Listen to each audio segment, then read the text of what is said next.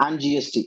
With this very short and brief profile, I present before you CA Venkata Prasad. Over to you, Secretary, sir.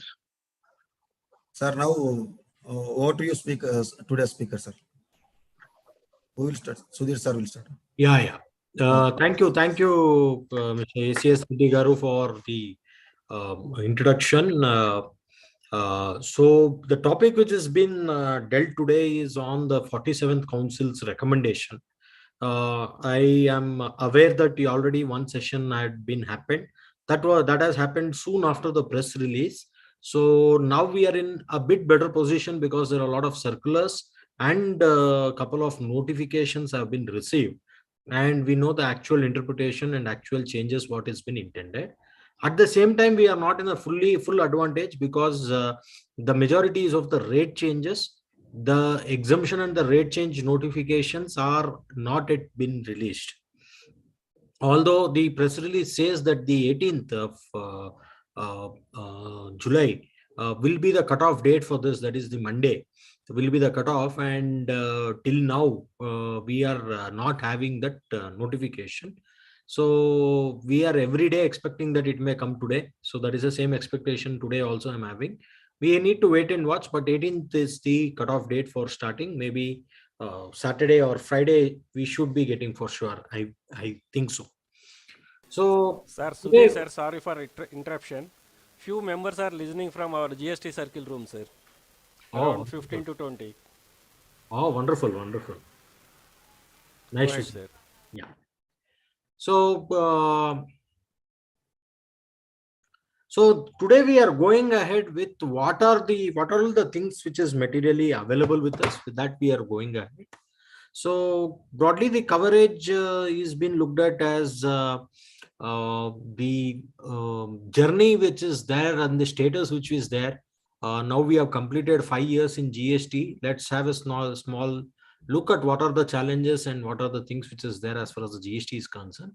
We'll also take you through the recommendation in terms of branded and unbranded and various sectors like the hotel, hospitals, real estate, various sector, how it has been looked at. Rate rationalization, which has been proposed as far as the changes of rate is concerned, and various other council recommendation in terms of streamlining the compliance and the refund.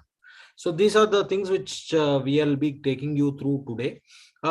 Please use the question answer feature which has been available in Zoom.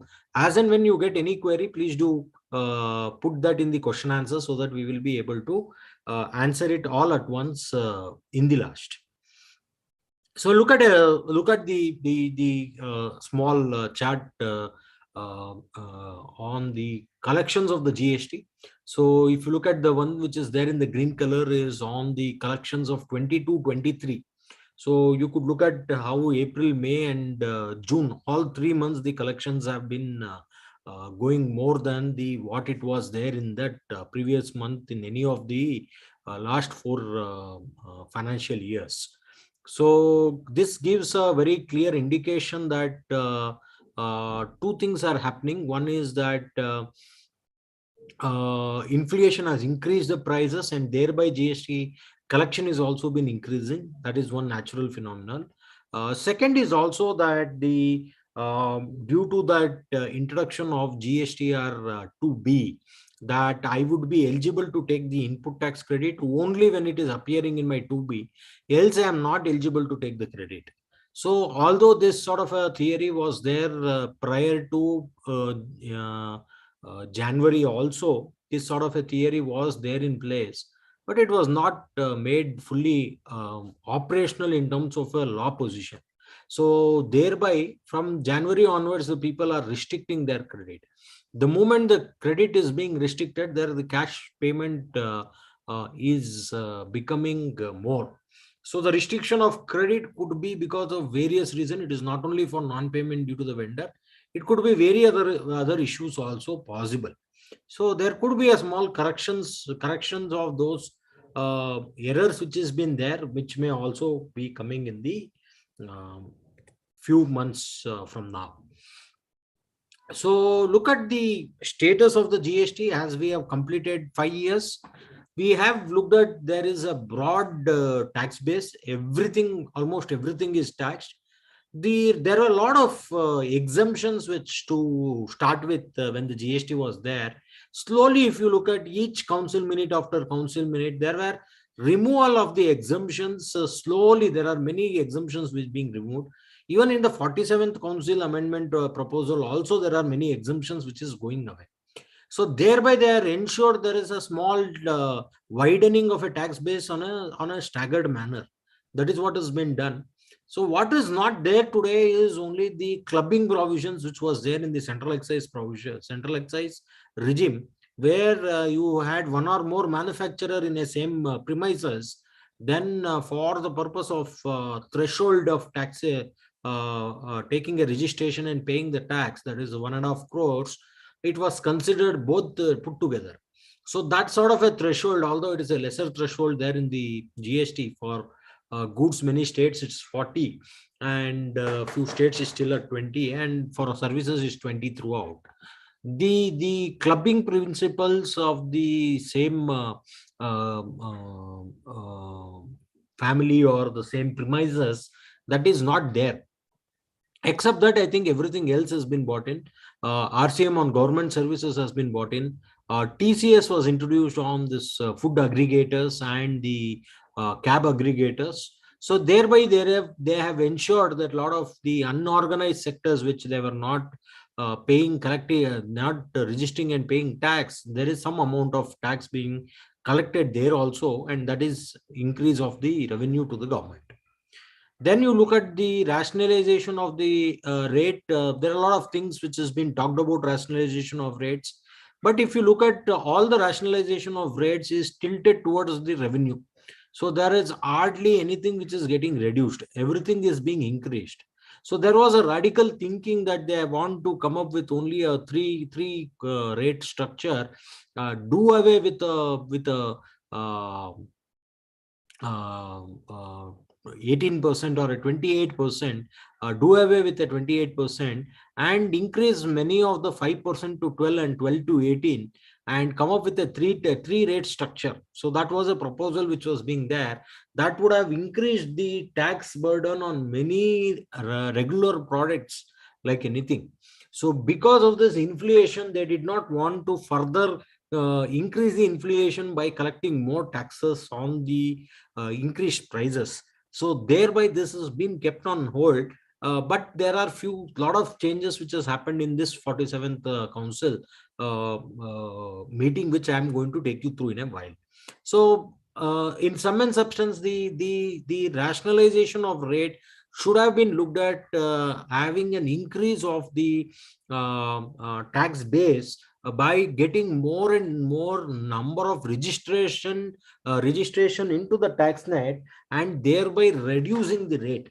So it is a very known common phenomena that the higher the rate, the higher the evasion. Though lower the rate, lower the evasion.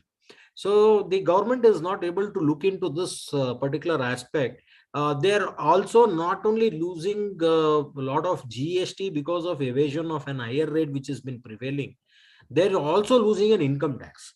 So for example, there are a lot of services which is not having sufficient input tax credit, but still they are subjected to 18% of GST. And services is very easy for anybody to evade because there is no physical movement of goods. There is no RFID to track that the goods has been actually, the services has been actually delivered and things like that. So there is an high chance of the huge evasion which has been possible, where the rate is at 18%, which is actually pinching, because whenever it is a B2C services which is there's a lot of pinching which is happening. So rather the government has to look at as a rationalization to decrease the rate to maybe a 12 or a 8% or a 5% rate, because anyway there is no much input tax credit which these people are eligible for. So that may ensure a lot of people pay accounting and paying more taxes, and also the income tax is going to also be contributed. So this sort of a thinking has been absent, I can say, as far as the revenue the rate rationalization when it's been looked at.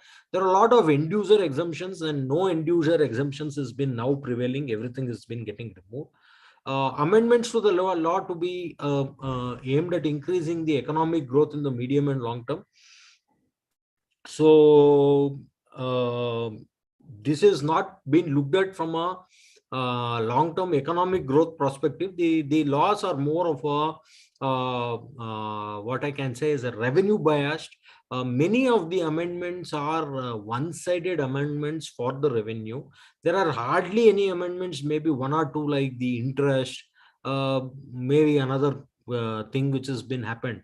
One or two only things is there where it has been beneficial for the taxpayer. Otherwise, most of the amendments is more towards the revenue bias, giving a unanimous power to the tax officer, which is being misused in many of the cases, and tightening a lot of things in the guise of few people who are doing the bogus invoicing or a fake invoicing which has been there. So that is something which is actually pinching, and it is not very something which is not in line with the requirement which has been there. As the volume of the economy increases, tax collection also will increase. That is what I was talking about. In GST amendment lately, only to increase the revenue collections with threatening measures. So many of the cases we have seen that the show cause notices have not been issued. The audit party is insisting for the payment of tax immediately after the para being issued. They are not encouraging for taking of the show cause notice. Same is with the investigation department. They are saying no show cause notice and all.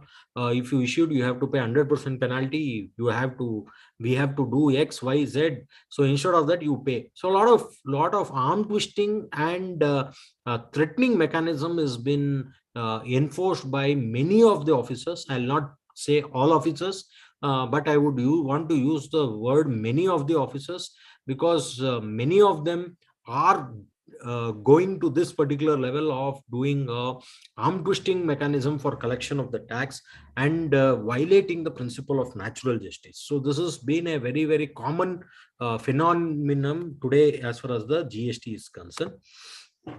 Then the status, the other thing which is there is the GST department is having all these things has been done because there is a huge revenue pressure which has been put on the GST department officers.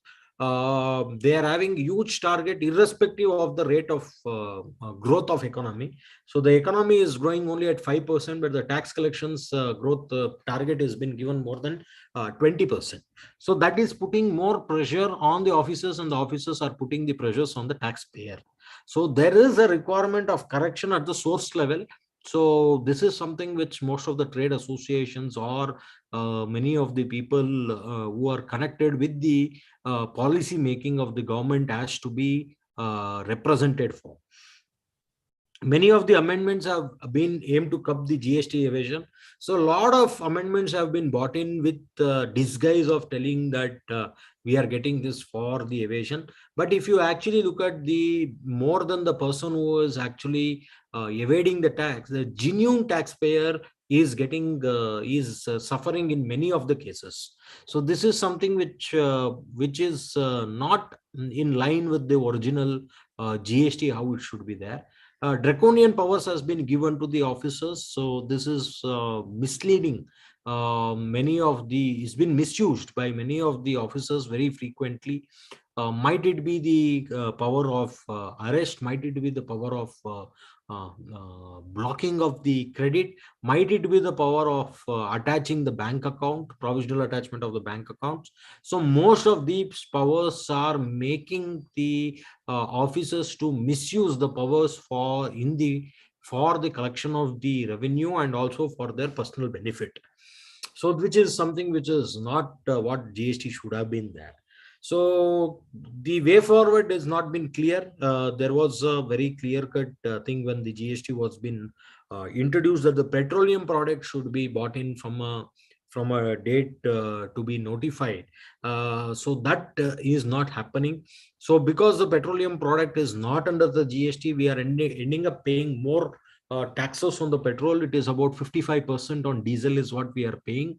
When it comes in GST, a lot of rationalization of this taxes happens, and many of the industry inputs where the diesel has been used, they will get an input tax credit, and thereby there is going to be a removal of a cascading effect at a large level.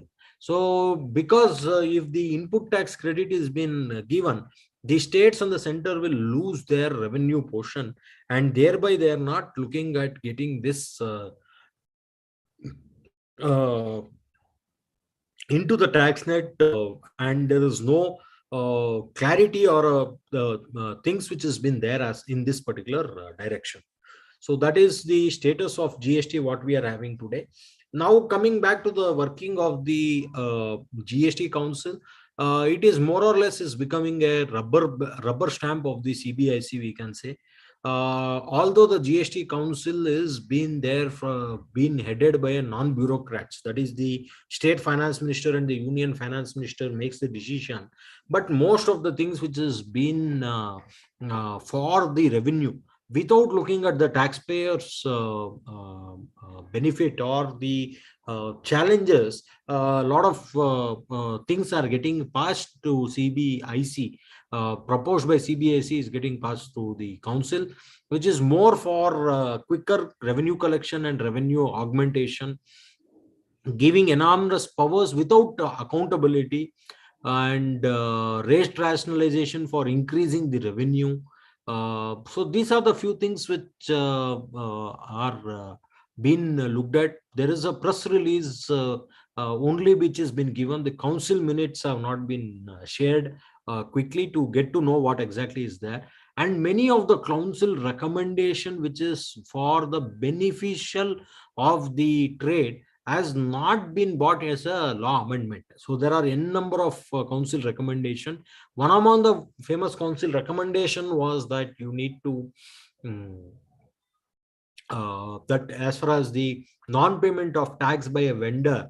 So the council made a very clear recommendation saying that the government should make all the efforts to recover the tax from the supplier only in the event is not traceable, or you are not able to recover the money, then only the recipient should be touched. So this was a very wonderful thing. This should have come in a form of a rule or a circular or an instruction, but it has been chose to ignore totally, and GST Council is not making any noise out of it. So this is how it is happening. The CBIC, either they will get it what they want it to be passed. If something is getting passed which they don't want, that has not been put to use at all. So this is something the council working which has been there, which not very sure how things are going to happen. Then you have advance ruling. This again we call it as a authority of the adverse ruling, not advance ruling, because many of the rulings which has come is not in sync with the law at all. So this has been headed by two technical members, one by the state and one by the center, and it will be totally revenue biased. There is a judicial member missing. So the solution is to either scrap as is, scrap this entire ARR system only and remove all the confusion which has been creating, or have a judicial member, have proper training for the officers who are sitting on the advance ruling authority bench to decide the matters. Formation of tribunal is something which is again in the limbo, but this council meeting has formulated a group of ministers to deliberate, and there is also a cutoff date which has been given. I think it is expiring in July or something, July or August. So something is getting moved as far as the tribunal is concerned. We need to wait and watch. So we as a professional, what is that we need to look at is to first is we need to be very, very vigilant as far as the GST is concerned. Many of the cases historically we have taken decision more on a logic. So in taxation and unfortunately in GST, there is no logic which will be in place. So you have to be very, very vigilant, and you have to keep updated. Any complicated case which has been there, you should always look for taking opinion in writing. If you are trade by yourself, or if you are a consultant, you have to insist the consultant or the advisor for a company, you have to insist the company to take a written legal opinion. Because what happens is that most of the oral advisory or a oral transaction will not get recorded, and that may lead into huge repercussion of taxes. So one has to be very clear in giving the opinion, and also one has to take the opinion wherever it has been required. So that is something has to be looked at from a professional point of view. So there is a lot of difference when you as a professional give an oral advice and you as a professional give it in writing. So anything which you are putting on a writing, you do a lot of research, you go to the relevant provision, you pick up those provision, analyze, you look at all the circulars, all the case laws, and then come to a conclusion, and you give a written legal opinion, because it's getting documented and you will be very vigilant on it. Unless oral, you may not even get into the proper facts. It will be oral, the facts will be presented to you, and you will also give a prima facie view, which will be taken as a final view by the client. So these are the threat which you should be avoid. Individuals may represent on whatever the aspects hurt them. So there are a lot of individuals or the proprietaries or a small business people. So there are a lot of things which has been there. So these people have to voice out through proper representation, through an association, MSME chambers, or themselves. So this sort of a representation is something which we could suggest our clients as a professional to take it to the finance ministry or the CBIC and things like that. Next is the safeguarding the safeguard self by declaring the method of compliance. So this is another thing which is there. There is unfortunately in GST there is no black or white in many of the areas. It is mostly it's a gray. So when it is gray, it can be interpreted as black or it could be interpreted as white. So you always have to make it clear that you are going to make a self-declaration of whatever the compliance, whatever the stand which you are taking, you have to put that in writing and give it to the department so that they are aware of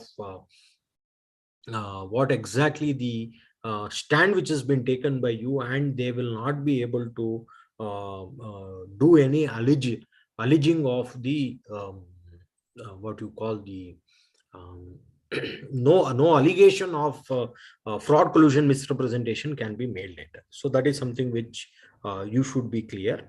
In case you have been forced to pay the tax, always pay it under protest. Even if you don't have an intention to protest at that particular moment, still as long as it's not a self-assessment, any tax which you are paying at the insistence of the department, raise a protest and leave it as is, because you don't even know how the law is been getting developed. Somebody else may fight it out and you may get a verdict saying that it's not tax, it's not payable. So if you have done a payment under protest, then you will be able to claim a refund without any the time limit. So that will be an advantage, and you should always look for making the payment under protest whenever you are under doubt. Wherever there is an unreasonable behavior by the department when you are been handling, so you could always look at escalating in writing. The moment you are putting in writing, the department thought process is going to change. Might it be the state or central, because once it has been written, it is available for everybody. Even if it is not happening, then you could always look at writing a CC to the higher officer and give your standpoint of view. If it is not there, then you can always escalate it to the commissioner or vigilance if money is being demanded. This is something which you could look at. Then if it is not happening, meeting the commissioner in person has been resolved many of the issues which has been there.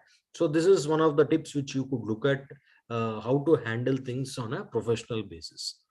So this is something which is interesting, which has come out in two incidents as to how the Supreme Court is looking at this GST. So in one of the decisions of Radhakrishna Industry in versus state of Himachal Pradesh, the Supreme Court has told the Parliament has intended the GST to be the Parliament has intended the GST to be citizen-friendly tax structure.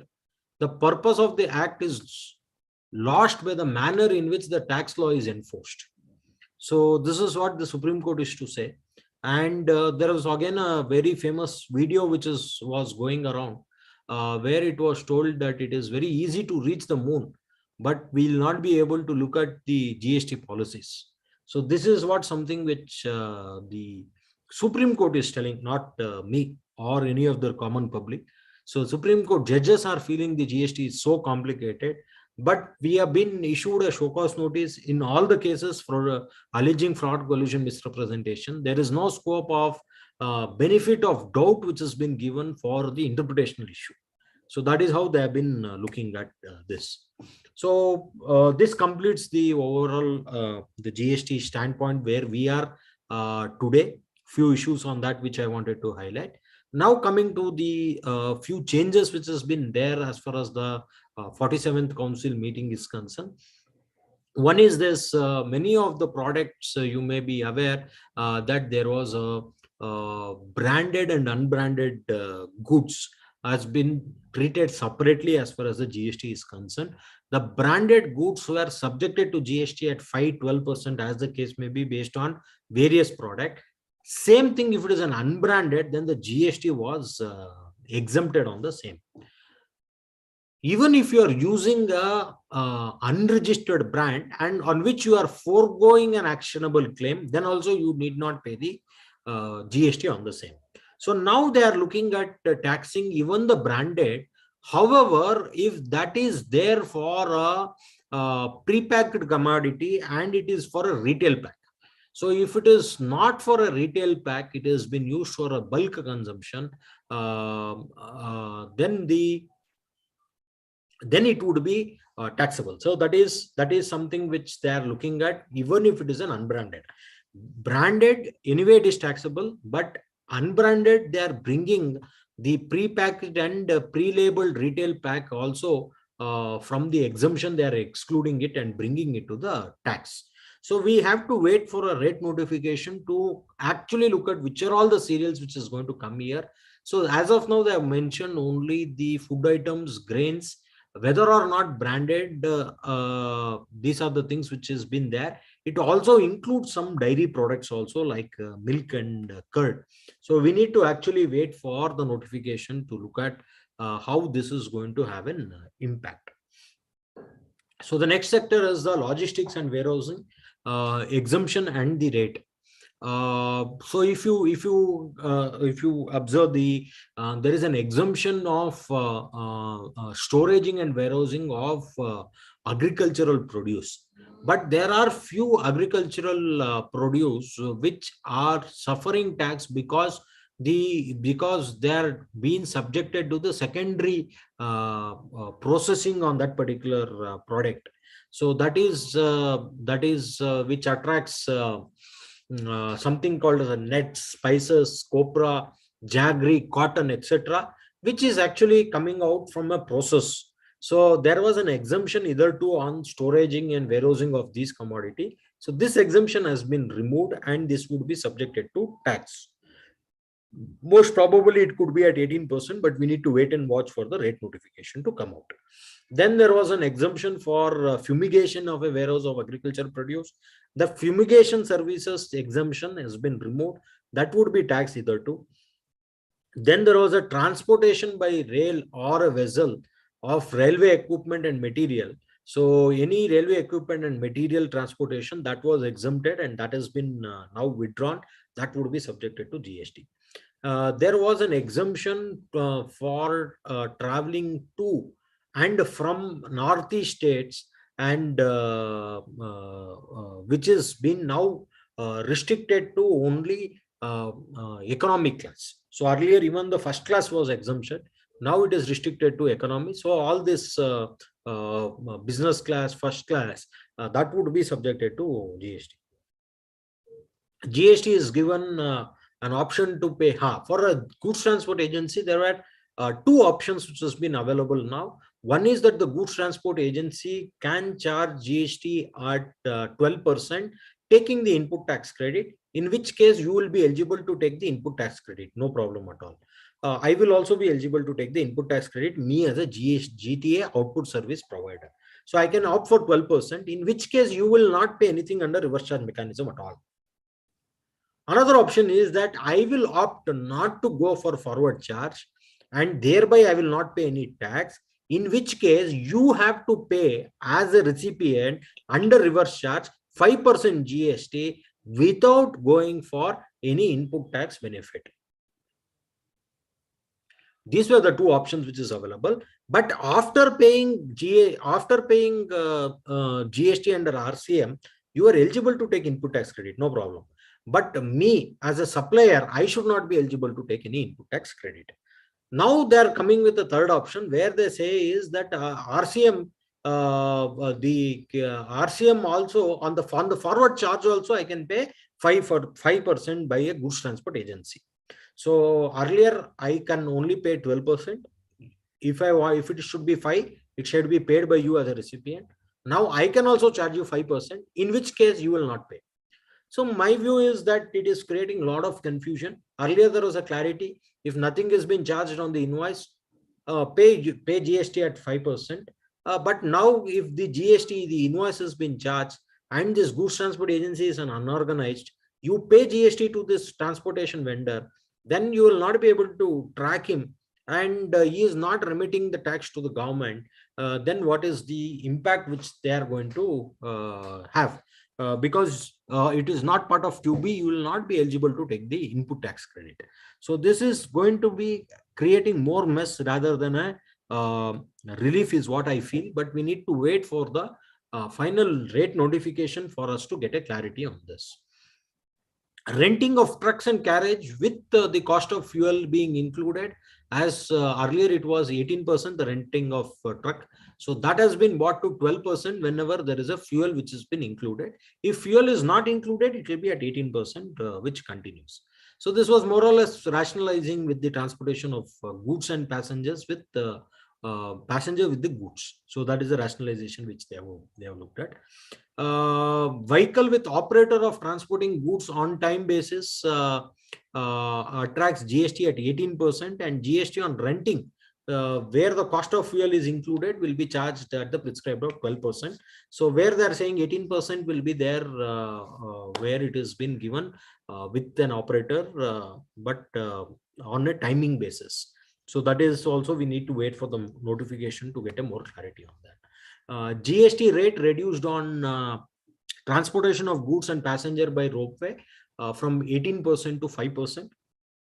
With input tax credit on services has been allowed. So this is only a reduction which they have been proposed, and it has been clarified that the services to and from Nepal or Bhutan is exempted. That is the logistics service, and what the term service associated with transit cargo needs to be having wider import. So that is something which is as far as the logistics sector is concerned. Then you have a recommendation which has been there as far as the real estate is concerned. So one of the clarifications which they have given is that if you are buying a plot and there is also leasing of plot or a buying of a plot, and there is a preferential location charges which has been collected, whether it is subjected to GST at a separate rate, they have told no, it will be the same treatment as that of a long-term lease of a plot of land or whatever it is. It's going to be a same treatment. You need not give us differential treatment. Say, for example, it's a sale of land, it will be exempted. Long-term lease, then it is subject to that various exemption. It will be taxable. Then it would also be they're also coming out with a clarification that if you are selling the land after doing the leveling and laying of drains and roads, that will not be subjected to GST. So there was a contradictory advance rulings. One of the advance ruling of Gujarat told that it is subjected to GST. Then there was another advance ruling which told it is not subjected to GST. Then there was an High Court decision where they have made it very clear the land is not subjected to GST. So, but there was a lot of confusion which is in this particular area, and we are waiting for a clarification. Now the clarification we have to wait and watch whether they are saying that if I am not booking the plot during doing this leveling, laying of roads and drains, if I'm not booking, after I've done everything, then I'm making a sale, it is exempted from GST. Is that what they are saying? Or they are saying sale of developed plot is not subjected to GST? As of now is not very clear. We need to wait for the clarification. The clarification is not yet come on this particular subject. Then there is a change in works contract rate. There were concessional rate of 12% with input tax credit when the service was provided to government, local authority, state government, union territory. So that particular notification is been proposed to be amended and bringing it to 18%. So now the construction of road, bridges, tunnels, everything for the government also would be subjected to 18%. So this exemption in previously was there also for the governmental authority, that has been removed in the last changes. Now they are making it to 18%. So no more 12% rate which is going to be there. And there were something which was under 5% where it is more than 70% of the earthwork and things like that.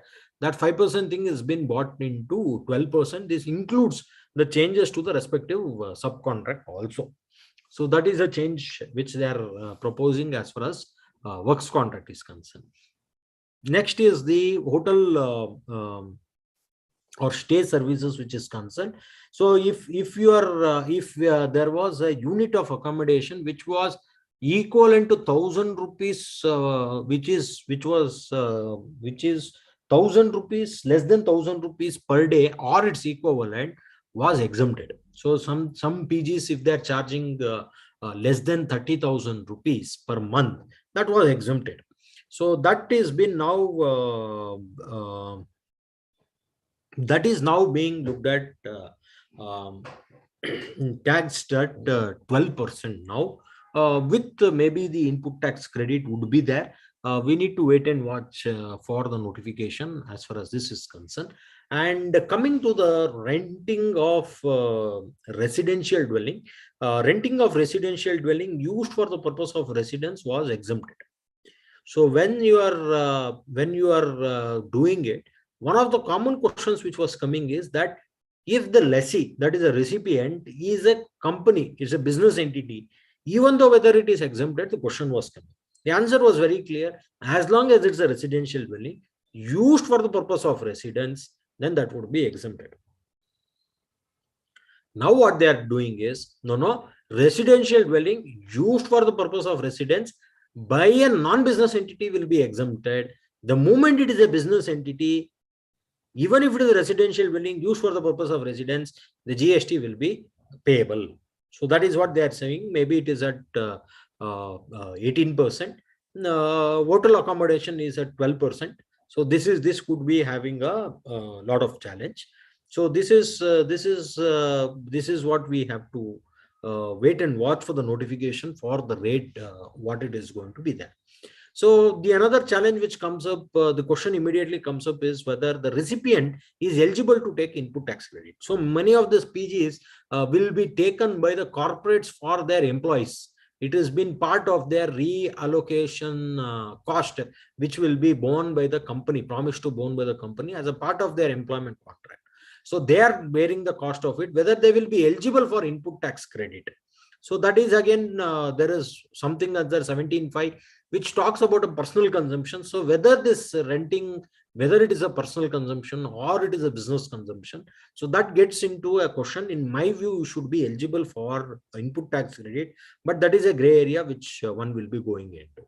Then renting of residential, renting to a registered person not showing our GST number. So many of the cases you are renting to a person and you don't even know whether he is registered or not registered.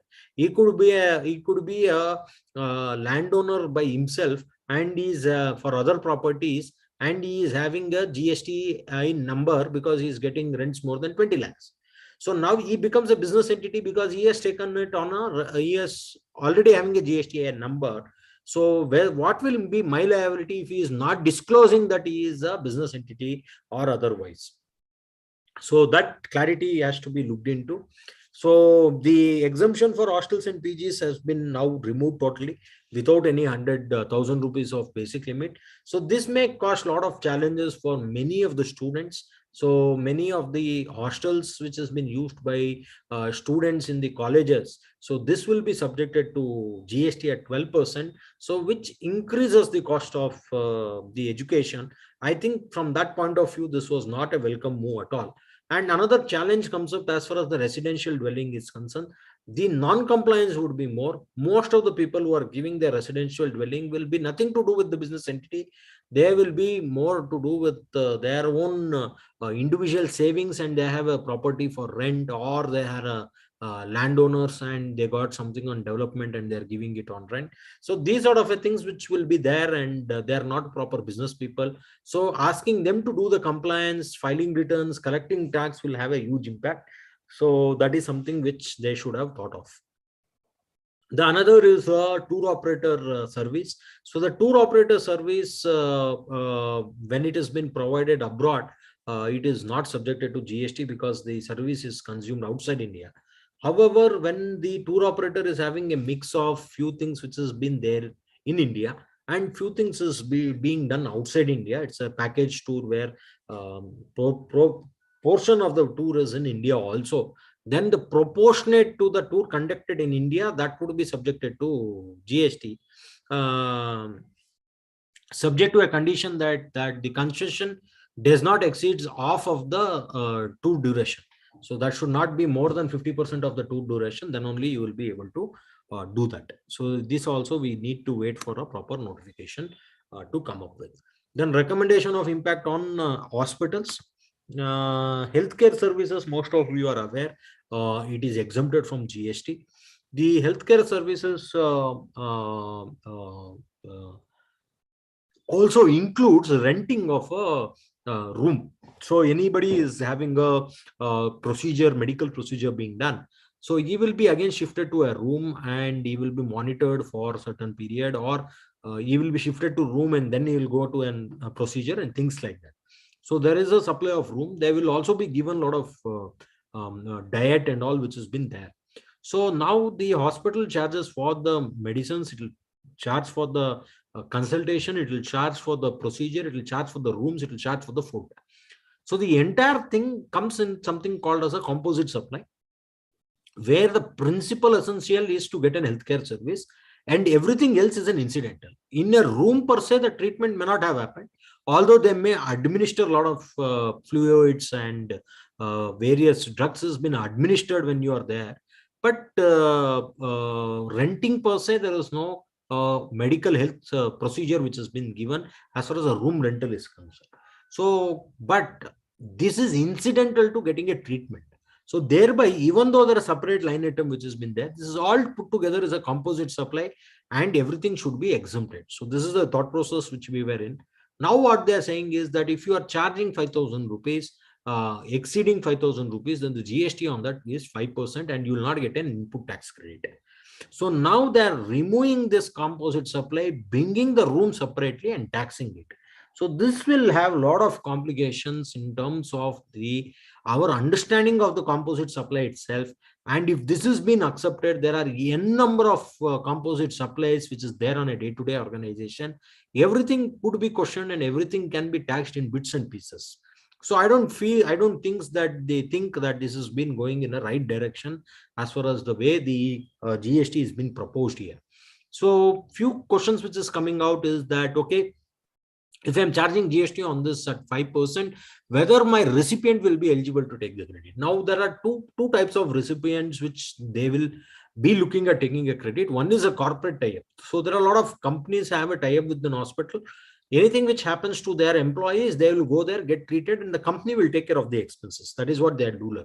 So the company is into manufacturing or service provided and they pay GST. So there, whether they'll be eligible for the credit. Section 17(5) says that if in a healthcare service, it has been exempted. So now when you're taxing room, you're not treating that as a part of an healthcare. So room rental should be eligible for input tax credit. However, we need to look at how this rate entry is going to be watered, whether they will be having an exclusion to the healthcare or they're going to bring out separately. We have to look at how things are going to happen here. So that is something which we need to look at. And second is the insurance company. So if you are charging an insurance company, whether the insurance company will be eligible to take the credit. So there again, the insurance company, whether they'll be eligible to take the credit, is again a lot of gray area there, because one of the conditions it says that they have to receive the service. Here the service is not received by the insurance company. The service is received by the patient who is insured. So there is some dilemma which has been there, whether the TPS or the insurance company by themselves who are actually reimbursing this, whether they'll be eligible to take the credit, because they're also paying insurance GST on the insurance premium. So this is something which we need to look at, but it gets into a lot of gray area. But paying 5% GST increases the cost because they will not be eligible to take any input tax credit. That is something which has to be looked at. Exemption being withdrawn for the services by the cord blood banks by preservation of the stem cells. So the stem cells, when it was being preserved, there was a specific exemption notification. That exemption has been removed now, and the GST would be payable on the preservation charges which they charge it to the patient. So that is something which is going to happen from 18. Then there is some orthopedic appliances are reducing from 12 to 5. Then it has been clarified that the assisted reproductive technology and IVF are also an healthcare services for the purpose of this exemption. So that is something which they are looking at. Then you have CET and common biomedical waste. Facility treatment and disposal of biomedical waste shall be taxable at 12%, along with the ITC, which was exempted earlier, that they have brought into the tax net. So this is things which has been changed as far as the hospitality issue is concerned. Next is that the clarification of GST rates on services. Next is the ice cream. So there was a lot of challenges as far as this ice cream sale is concerned in an ice cream parlor, whether it is a restaurant service or whether it is a sale of an ice cream. Sale of an ice cream was subjected to 28% GST plus compensation cess, but it was a restaurant service. If you are serving it into a scoop, it was only 5%. So there are a lot of confusion which has been there. Now they are rationalizing this and saying that it will be charged at 5% without input tax credit. They are rationalizing from the period from 1st of April 2017 till now. There was earlier one particular clarification. Now they are looking at rationalizing by getting a notification to this effect. Then they are also looking at application fee for an entrance or issuance of an eligibility certificate for admission or issuance of a migration certificate by an university. So that is they are bringing into a exemption on that particular item. Gind and baled fibers, which is covered under 24B of the notification, that has been they're getting into this notification. That is what we have to look into it. Next is that the activity of selling the space for advertisement in the souvenirs is in the books. So there is an event of say ICI. We are doing an annual conference and we release a souvenirs. In the souvenirs, there is a sale of ad which has been done. So that has been subjected to 5% GST has been told that. Now the guest anchors to a TV channel in lieu of the honorarium, that would be subjected to GST. So this is again something to do with the barter system. We need to wait for the rate notification for more clarity on that, but that would be subjected to GST. Next, you have the FASTag. Most of the people would be aware that if you are not having a FASTag sticker, then you have to pay double the toll. Now the question is that in addition to the toll what you are paying because not having a toll, whether that would be having the same toll charges which is exempted, or the FASTag you have to pay GST. They said it's a toll charges that is also been exempted. Next is the public transportation which has been used in this particular exemption entry. Exempts the transportation of passenger by a public transport does not mean a transportation arranged by the government or a PSU. As long as it's a public transport, even though it has not been arranged by a government or a PSU, that becomes a public transport and it will be eligible. Now what they are doing is Department of Post, there are a lot of services which was exempted. They are removing all the exemption and bringing all the services of Department of Tax under a forward charge basis. That is something which they are looking at. There was a lot of dilemma as far as the electric vehicle is concerned. There was an electric vehicle sold without battery, whether that vehicle is still an electric vehicle or not. So there was an advance ruling. They told, no, if battery is not fitted, it will not be an electrical vehicle, and thereby the concessional rate of 5% is not eligible. So vehicle is a vehicle, whether it is fueled or otherwise, still it's a vehicle. So whether you are placing a battery or otherwise, it's still a vehicle. But there was a lot of confusion on this. Now they are coming with it of clarification, saying that it is, even if it is not having a battery, it is 5%. Whether or not fitted with the factory, it will be 5%. They also given a clarification as far as the fly ash brick is concerned. So there was a condition which says that 90% should be having a fly ash content, and that was there only in respect of fly ash bricks, not for a fly ash aggregate. It will apply only for aggregate and not for fly ash bricks. So fly ash bricks, even if there is a less than 90%, you will be still eligible for taking a 12% rate and not for the aggregate. Aggregate should be still having 90% of fly ash. Then the Napa stone, even if it is ready to used and polished in minor ways, it will be leviable at 5%. So even if it is a finished goods, it will be at 5%. Mango, all forms including the pulp, attracts GST at 12%. Raw and fresh mangoes continues to be exempted. So other than slides and dried, which will be at 5%, any other pulp and everything will be attracted at 12%, not 5%, which is there hitherto. Sewage treatment water is exempted from GST, and the same is as well as for the purified water. The word purified is omitted to make this very clear. Even the sewage treated water or purified water doesn't make difference. Both would be exempted. Nicotine gums attracts GST at 18%. So that is something they are bringing in. So this is a lot of rate rationalization they are looking at. I will not take you through this every item of it. It's broadly, I will say that these are the few items which has gone from 12 to 18, which is having printing and writing and drawing, knives, spoons, so your power pumps and handling waters, deep well turbine pumps, submersive pumps. So all these things from 12 to 18 they have taken. Then there is machines for cleaning, grading and sorting of grain and pulses, which is used for the milling industry. So that has been going from 5% to 18%. Next, you have machines for cleaning and grading of eggs, fruits and other agriculture produce. Milking machinery and dairy machinery is also going from 12 to 18%. So then you have LED lights, lamps and fixtures, which is going from 12 to 18%. You have some drawings and marking out other instruments. It's going from 12 to 18. Solar water systems from 5 to 12. Finished leathers from 5 to 12.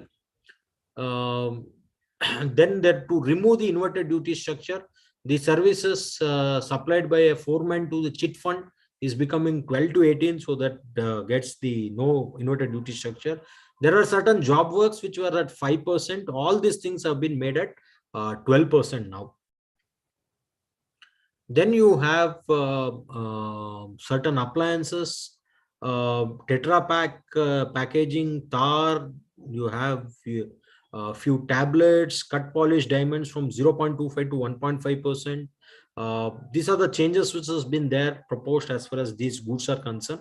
I'm not getting into it because it may not be relevant for all of us. So any specific thing you want me to cover, please put it in the chat box and I will try and cover it.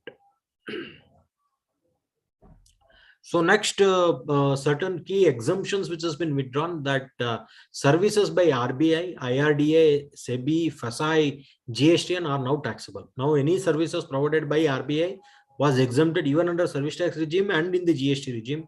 So that exemption would be removed and it will be taxable. Services of training and coaching in a recreational activities or a sports by a charitable entity of IT was exempted. So now what they are doing is that if a recreational activity has been provided other than by a charitable institution, that will be taxable. If it is provided by a charitable organization, that will still be exempted. So exemption is available if the service of training is provided by an individual. So only when it has been provided by an individual, it will be exempted. Any entity will be taxable. Check loose or in book form will be charged by 18%. The bank will charge starting 18% for all the check which has been issued. Maps and hydrographics and any other similar charts, that will be taxable at 12%. Balloons and various other things which will be tracked for other than non-powered aircrafts, that will be taxed at 18%. Petroleum coal 5 to 12. So e-waste from 5 to 18. So these are the few changes which has been proposed. So this completes my presentation as far as my portion of the presentation is concerned. Now I request Venkat Prasad to take it forward. It's been 1 hour. I'm not very sure if we need to break and then Venkat has to start, or Venkat can start and give a break in between. What is suggested, sir?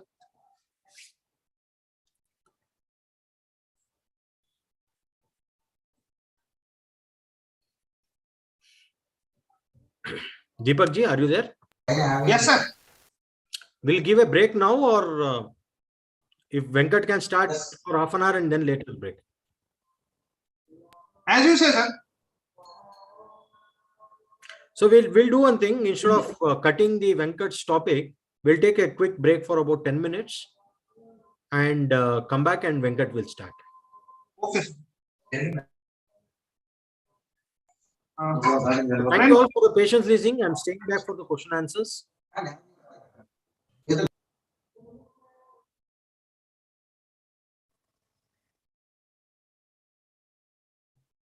Sir, shall I read the question? Yeah. You want me to take the question now, or I'll take it in the last? As in the last, we can take up. We'll take all the questions together, so that would be easy. Okay.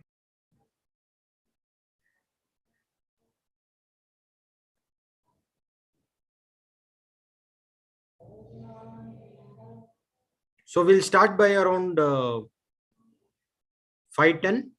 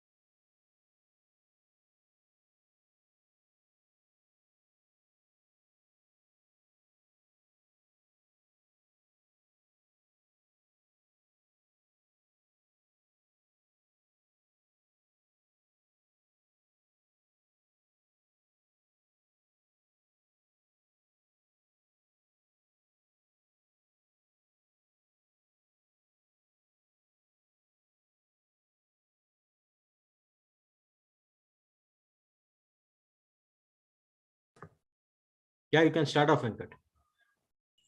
Yeah, okay, sir.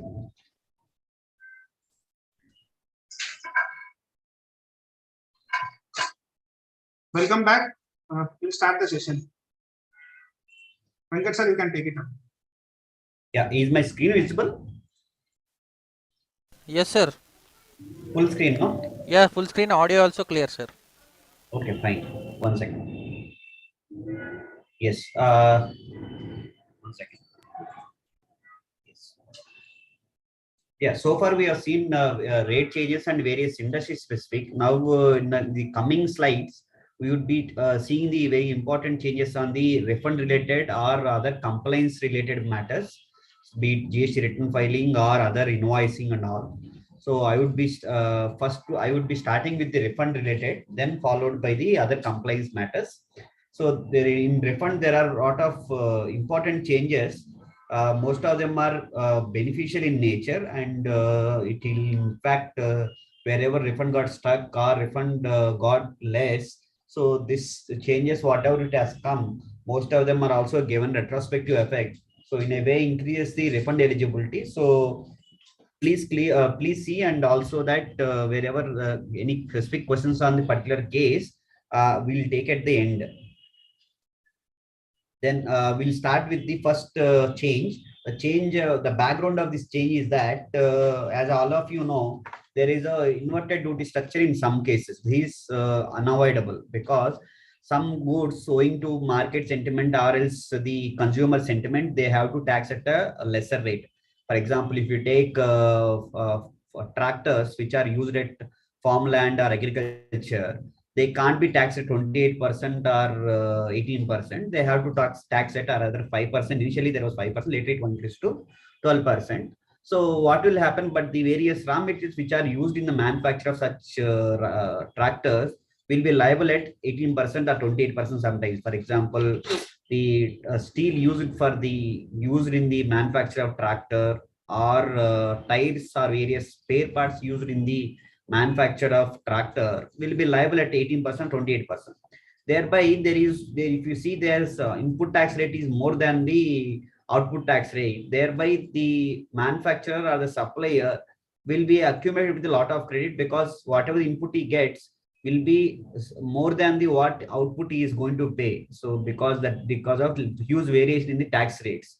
So this is causing ITC accumulation. Knowing well that there would be ITC accumulation in all those cases, what government has told when GST was introduced, saying that whatever the unutilized ITC is there, they are going to give a refund of unutilized ITC. However, in some cases they may not give. So that is negative list. That means all cases of inverted duty structure, you are going to get refund of unutilized ITC. However, some cases they don't give the refund at all. So here the dispute is not about the negative list. The dispute is about the how much quantum of refund has to come. So if you go by this common or basic understanding of accumulated ITC refund, everybody understand that whatever remaining unutilized after the output liability adjustment, that will be refunded. So that is what the plain meaning that we can see from the section 54 also. However, there was a rule 89 which provides for the formula and procedure to be followed while applying and sanctioning the refund. Provides saying that, while considering the refund eligibility and arriving the refund amount, they only consider the refund of ITC on inputs alone. That means they don't consider the ITC on the input services or capital goods. Thereby, it is leading to a situation where the complete accumulated ITC will not be given refund. So it is normal that every manufacturer or the trader will be having some or the other service credit also. For example, if manufacturer, he may be procuring some professional service from advocates or chartered accountants like us, or else some professionals like consultant where in the production and all that, or else building rent, various expenses he will be incurring. So thereby that ITC is not being given refund by virtue of the formula given under Rule 89 Sub Rule 5. So this was challenged before High Court. Two High Courts has delivered their decision. One High Court has told that yes, full refund has to be given, and rule is not correct, and they have struck down that rule. Whereas other High Court, Madras High Court has told no, rule is correct.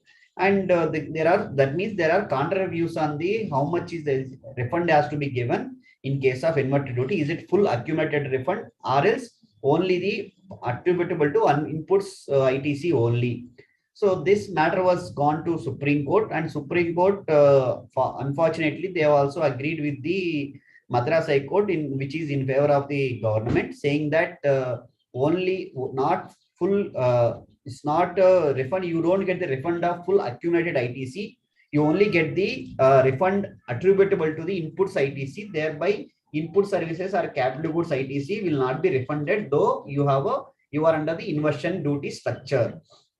So that is what happened. However, then before Supreme Court, there is one of the argument was taken that if you look at the formula given, it is giving a presumption that in unlike in export and all, in inversion, you have to pay for output liability from input only. Balance remain until they will be given as a refund. So that is the case. If I have an input credit of both inputs, that is raw materials as well as input services, the formula given under Rule 89 assumes that I am utilizing total output liability from the inputs ITC only. It does not taking the cognizance of the fact that I am also eligible to utilize the ITC on the input services or capital goods. Thereby, I am getting a lesser refund. So there, the Supreme Court has agreed with this anomaly in the formula, and they are told that I think this formula has to be corrected. They are told that because the formula is a legislative policy matter, so they are told that they have requested the GST Council to look into the matter and make necessary amendment in the formula to correct that anomaly. So accordingly, now the amendment has been proposed, now has been notified to say that whatever the proportionate ITC is there, the government assumes that whatever output liability you are going to pay on the your output, that you will be used proportionately from inputs and input services. Because the problem is, once you take ITC, it goes to credit ledger. So once it goes to credit ledger, forget about credit ledger. Even in GST 3B also, you did not bifurcate between the inputs and input services. So even if you bifurcate also, but once it goes to credit ledger, subsequent to getting it to credit ledger, you don't require to bifurcate any utilization entries, whether it was utilized from inputs ITC or input services or capital goods or the closing balance of last month and all that. Bifurcation is not required. In this background, there is a difficulty on saying that how output liability was paid, whether output liability was paid from the inputs ITC or it was paid from the services liability. Services ITC was not clear. Thereby, what now the government has come, the amendment presumes that output liability will be paid proportionately from the inputs ITC as well as input services ITC. So this is the formula. Existing formula is this, and proposed formula, that is new formula is this, which is going to was notified on the 5th of July 2022. The difference between first and second was shown here. Suppose you take an example of you have a total ITC of 100 rupees. Out of that, 60 rupees is ITC on the inputs, 40 rupees on the input services. And vis-a-vis, if you take total turnover is 1,500. Out of that, 500 is inverted duty and 1,000 rupees were non-inverted. So thereby 1/3 will be total turnover of ours will be the inverted duty. So in that case, as per the formula what they have given earlier, we will not be getting refund, because the proportionate formula what assumes that entire 25 rupees, that means that 60 rupees, whatever the inputs ITC is there, that is only ITC you have for adjustment of output liability on the inverted duty. Thereby, so you are not getting the refund as per the formula, because 60 into 500 is only 20 rupees, whereas your output liability is 25 rupees. Thereby, you have not utilized you completely exhausted your inputs ITC for payment of output tax credit. Thereby, you don't get the credit, get the refund. That is the existing old formula that was there.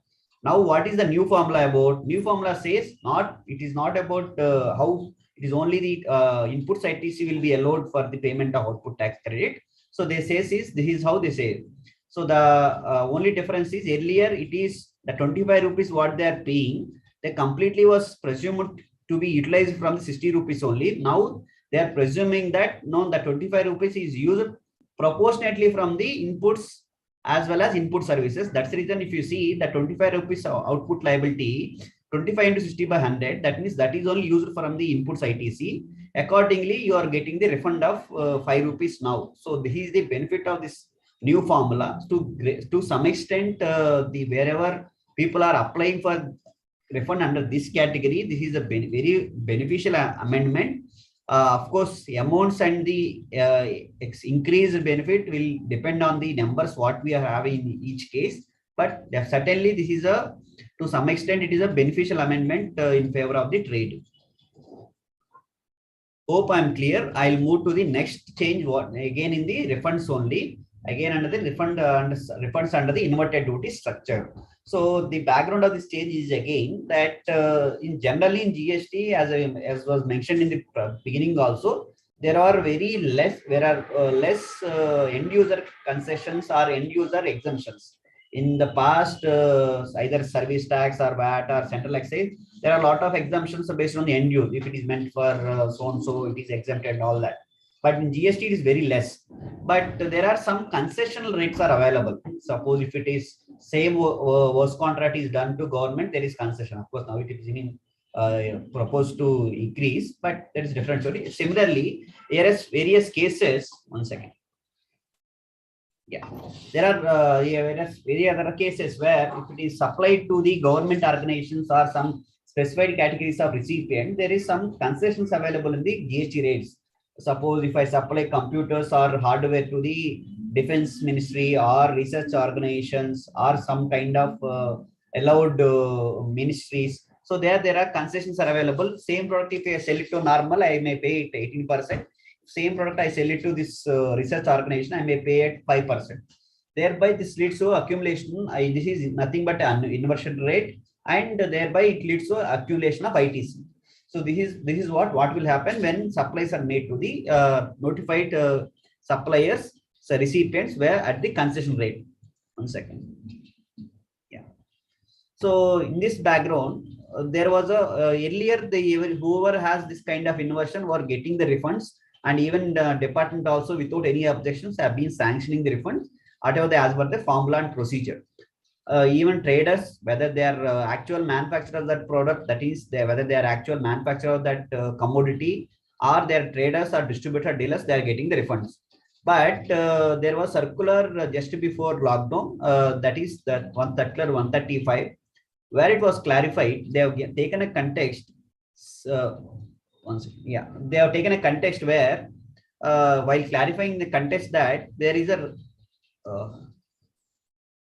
hello, I think the screen is keep on changing. Hello.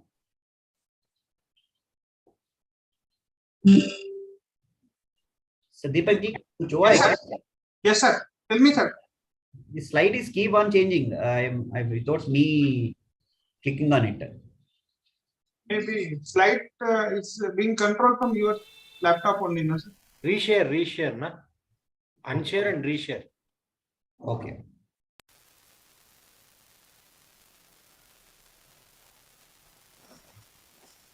How is it now? Clear now? Yes, sir. Yes, sir. Okay.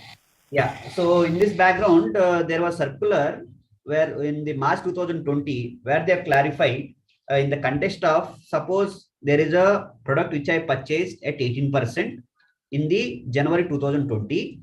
At that time, GST rate was 18%, because at that time government was in a mood to give concessions or rate reductions at that time. So that my product purchased at 18% GST. However, I being a trader, by the time I make a sale to my customer, it was reduced to 12% in February 2020.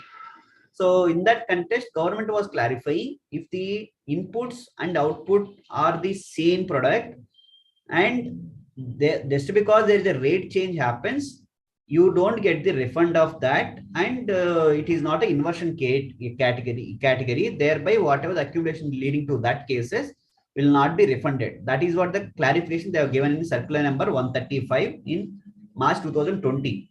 However, in what the department has started, they have taken us wordings of the circular. It's not in its true sense, but they have taken that line where they are told when inputs and outputs are same rate, so then same product, then you don't get the refund. So they started denying the refunds to this concessional rate suppliers who are making supplies to the various specified organization like defense and 1 second, I think this keep on coming.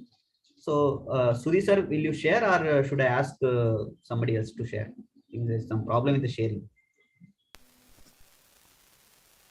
You want me to share? I'll do. 1 second. Sir, now Venkat sir, can you now check now, please? Okay, okay.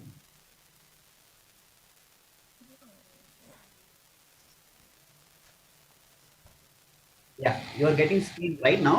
Yes, sir, it's getting, sir. Okay.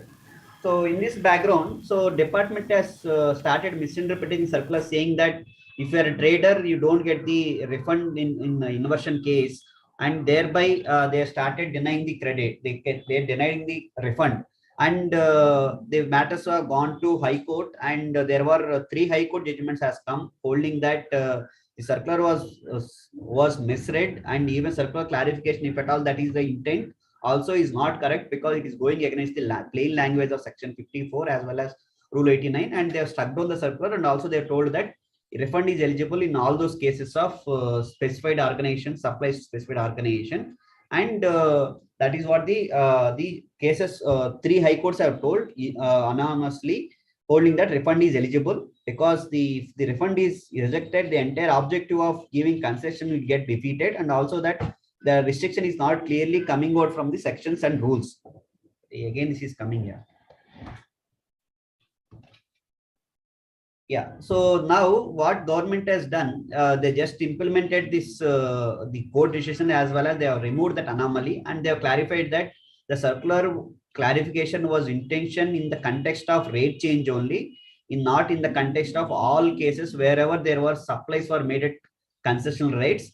Hence, they have told that all those cases refund is eligible, and it is even though product input and output is remains same, and though that it attracts different rates. So that dispute now is over, and whoever has rejected the refund in the past, department has rejected some cases, even in Hyderabad also they rejected.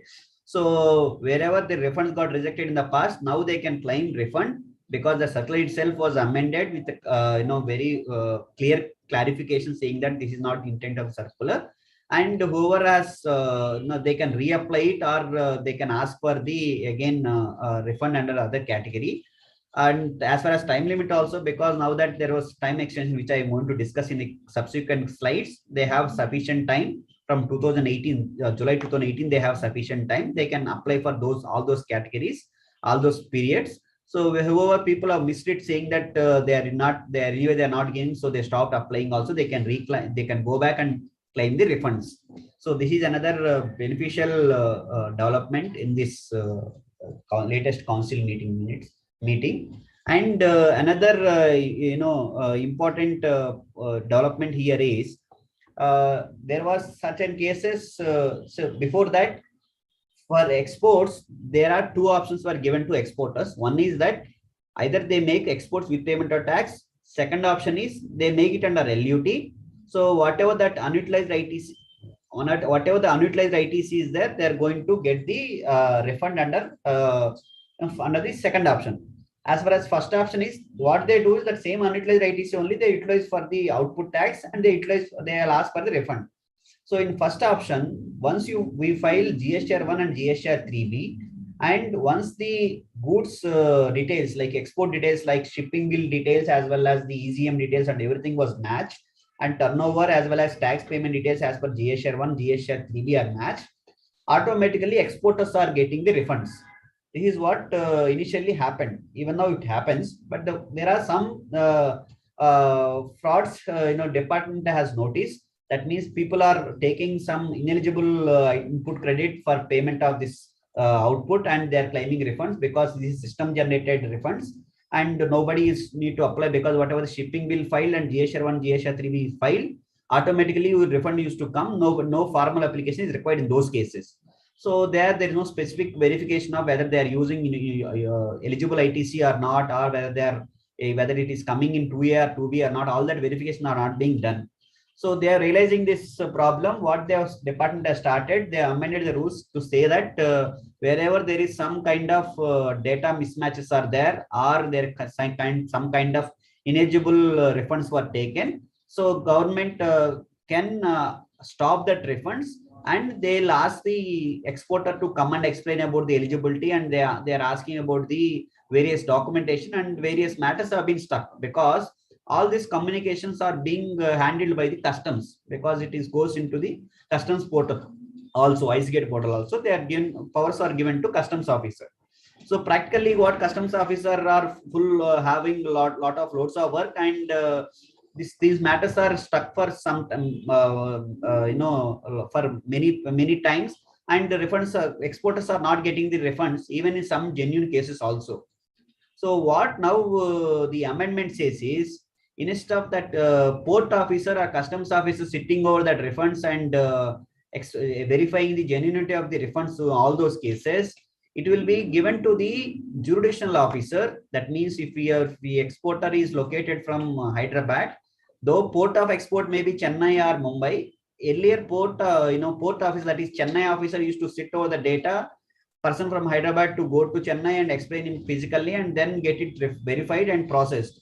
Now that procedure is over, what government says is, wherever in these cases, those cases of suspicious cases will be referred back to the central, the jurisdictional officer of the taxpayer, and that jurisdictional officer will be verifying the documents and all the other conditions.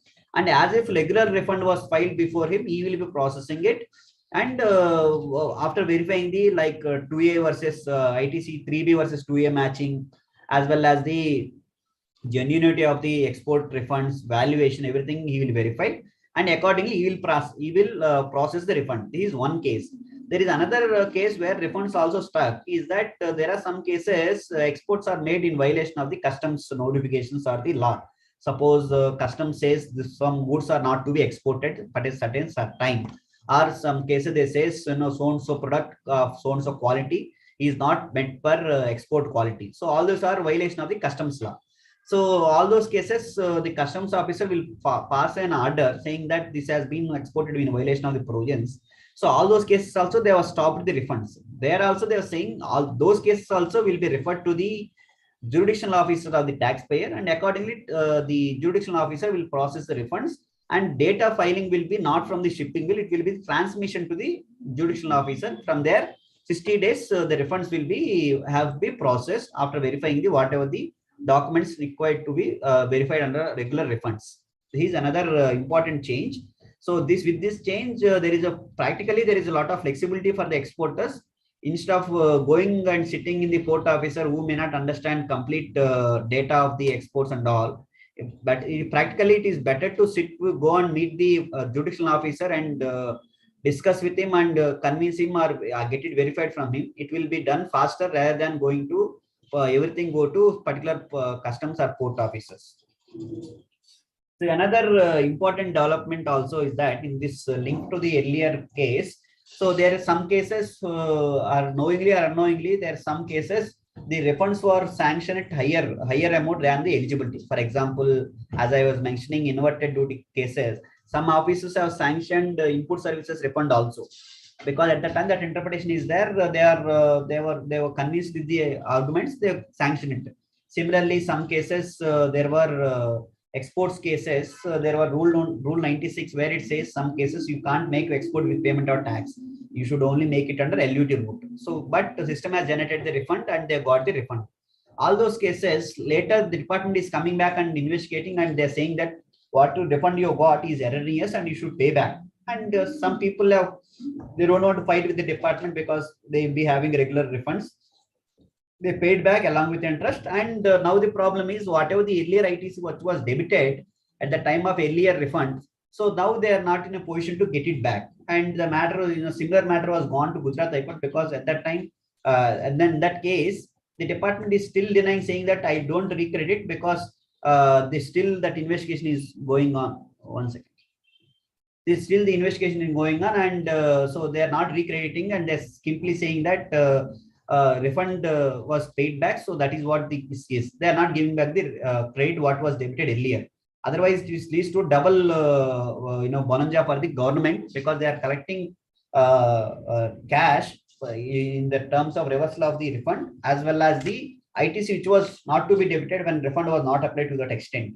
So thereby Gujarat High Court told, no, it should have been recredited. You can't claim innocence of, no, there is no procedure prescribed for this and all that.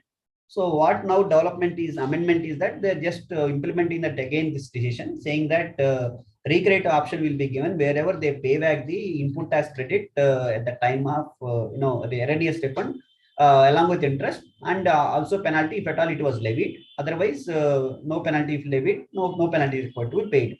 So in all those cases where it was paid along with interest and penalty in cash, the earlier debit of input tax credit for the applying refund will be paid back to the exporters.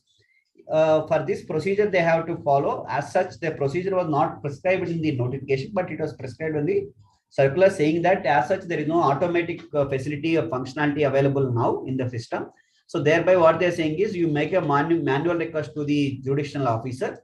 He'll verify, and within 30 days, he has to process that refund in, recredit in PMT 03A. So this is another important development. This is also practically to some extent it helps the exporters to get back their ITC wherever they paid back the erroneous refund. So now there's not a big change as far as this SEZ developer. They've clarified that whatever the specified officer they're referring in SEZ related refunds, they meant that not only specified officer, any other authorized officer as per SEZ rules, they can also give a endorsement on the invoices. The background of this change is that wherever exports are made, wherever transactions are made to the SEZ developer or the unit, they have to, if at all you want to go for refund on those transactions or the input credits related to that transactions, you should get an endorsement from the specified officer of the SEZ.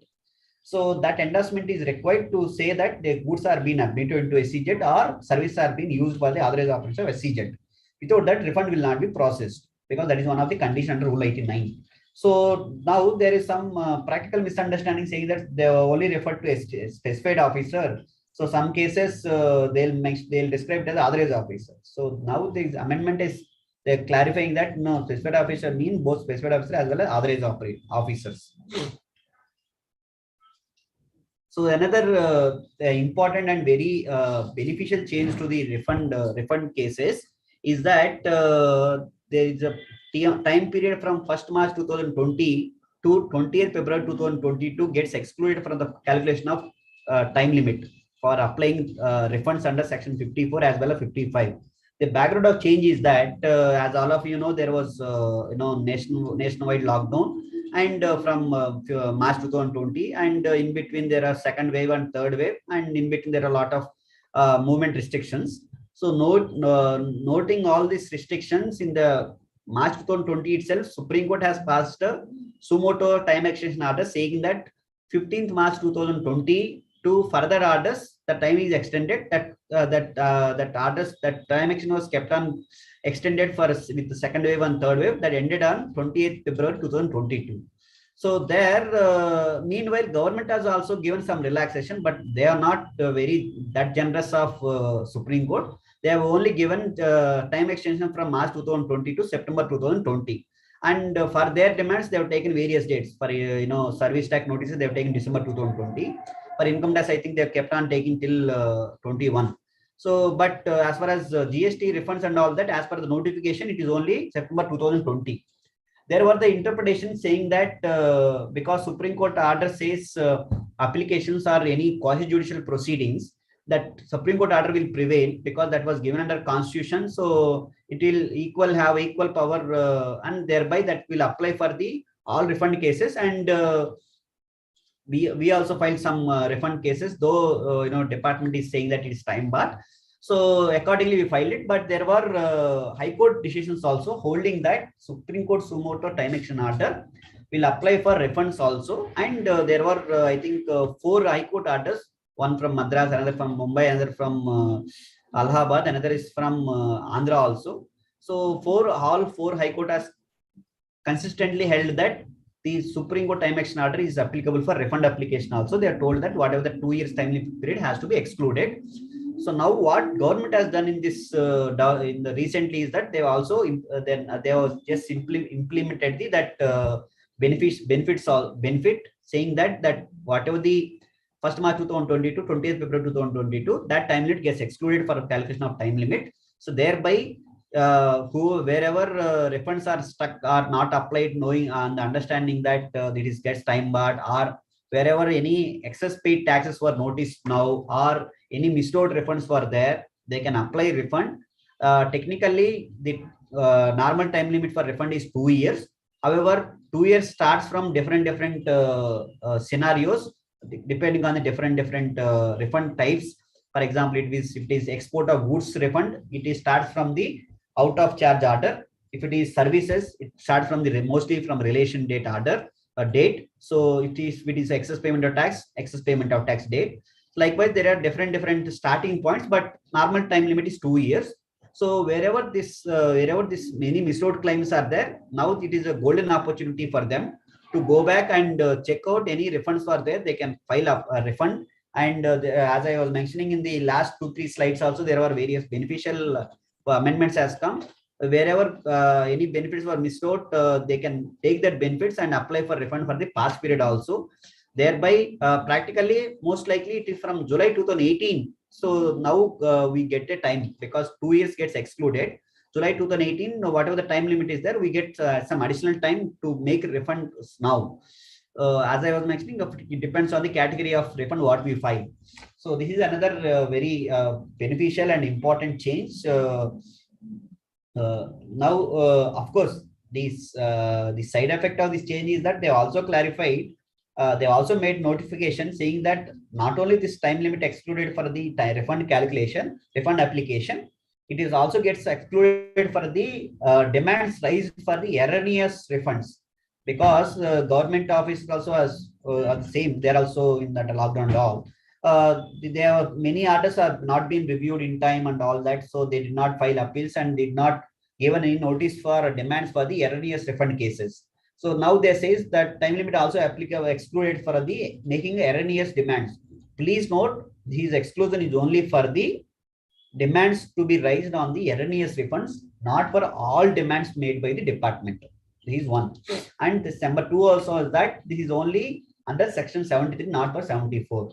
So this is another important development we have to bear in mind. Then another important and crucial change in the refund again, may not be refund, it is on the also in the context of ITC. So what will happen wherever exports are there, there are some categories where they get export incentive, like merchant export incentive scheme or service incentive scheme like that. Or likewise, there are scripts were sanctioned by the government. Of course, now it has been replaced by the road tap. So where the prescribed percentage of FOB value will be given as export incentive. So earlier, initial 3 months, GST was liable at 5% on those script incentive. Later, that was exempted, saying that whatever the sale proceeds of the scripts export incentive will not be subject to GST. So there, the challenge that has come is, so what about the input tax credit reversal? Because once it is exempt supply, department asks for the input reversal under Rule 42 or Rule 43 of the CGST rules. To this, of course, we have very good interpretation to say that that Rule 42, Rule 43 reversal is not required. Even if at all required, it is only small portion of the common ITC, because I don't use total like business only to make export incentive, because my main business, I purchase raw material or the services to make my main business, not just only for getting incentive, because that is what department interprets. Department interpretation says that incentive you are getting because only your exports. That exports are coming only because of raw materials. So thereby all ITC to proportionate exempt turnover, that is MES scripts turnover, you have to reverse the credit. They are taking interpretation. So some people have reversed, some people are fighting now. So in all those cases, now what development has come is that they have made an amendment in the Rule 42 and 43 to clarify that the exempt supply turnover do not include the turnover from these duty credit scripts. Thereby, no ITC reversal is required with respect to the turnover of this export incentives turnover. and hence whatever the reversal earlier made is not required to be done. Whatever the pending for reversals also not required to be done. So accordingly, whoever have missed, whoever has made reasonable amount of reversals, they can go back and ask for the refund, because that rule has come in the clarification nature, because they've clarified, they've clearly written this is only for the purpose of clarification. So that means it will go back to the retrospective date of 1st July 2017. Accordingly, so for the past period also it apply, and hence whatever the reversal earlier made, they can apply for refund, and of course subject to time limits. Anyway, as I was mentioning, that time limit also get extended by virtue of this, so we get more sufficient time in next 2-3 months for the 2018. But 2019 and 20 we have some more time. So that is another important development. This is again beneficial amendment. So another beneficial, it is not a beneficial, actually it is opposite of benefits. That means it is adverse amendment. So there was this is in the context of refunds and in the context of exports only. When goods are exported, what is the export turnover is the question of interpretation. To this, there was a central excise hangover in the minds of the department. They says FOB value only be the export turnover, not the CF turnover or the actual invoice turnover. But if you look at the section 15, read with the rules, whatever the transaction value declared is the taxable value. That is same principle will apply for export transaction also. Thereby, they should not bring out the theories of FOB, CF and all. Whatever amount I invoice to my customer, that will become export turnover, and that will be the zero rate supply turnover. Accordingly to the proportionate, I have to get the refund. So the consequence of department interpretation is that suppose I export and bill 1 crore to my customer, which includes the insurance, transportation from Indian port to foreign port. So that will be the 1 crore. Whereas if you take FOB value only, that will be only on the, suppose it may be 85 lakhs. So thereby, because that Indian port say whatever the customer port, that will not be considered for the export turnover by the department. Thereby, there is some 15 lakhs or 10 lakh example, it is getting excluded from the zero rate supply turnover calculation. Thereby, I am getting lesser refund than what I should get. So this interpretation were going on. There are some officers are convinced and they have given the refund. Some officers did not convince and they rejected the refunds. So now the department has made, the government has made this amendment to say that the value will be FOB or the invoice value, whichever is less. So in my view, this amendment is also not sufficient to support the department stand, because they have made amendment in the rule, not in the section, because section prevails over the rule, and section they did not disturb about the export related, this is the value. So keeping that aside a matter, for whatever the past period, we can, this amendment supports our stand that invoice value will be the export value, not the FOB value alone. So thereby, whatever the earlier rejections are there, they can ask for the refund now again. So this is another again very beneficial amendment for the deemed exports category. What they are clarifying is there is a deemed exports category of refunds. What the deemed exports is, there are various 3-4 categories of recipients who are declared as deemed export. That means if I supply to the EOE units, or if I supply to the advanced authorization holders, or if I supply to EPCG holders, it is considered as a deemed export under section 148 of the CGST Act. There, once I make a deemed export, this is only applicable for the goods, not for services. So once it is a deemed exports, the consequence is that I have given 2 options. One, as a supplier, supplier who has supplied goods to EOU, he can go for refund of GST paid on that supplies, or recipient, that is EOE unit, can go for refund of tax paid on that supplies. So option is given to either supplier of the deemed exports or recipient of deemed export for applying for refund. So this is so far is clear. Now there was some clarification saying that if at all recipients are going for refund of tax paid on the deemed exports, they should debit from the credit ledger and they can go for then only they can come for refund. Now there was challenges. If they have to debit from the credit ledger, they should have taken ITC. Some people have not taken ITC. They have directly gone for refund because it is the taxpayer and deemed export. They did not take it as input.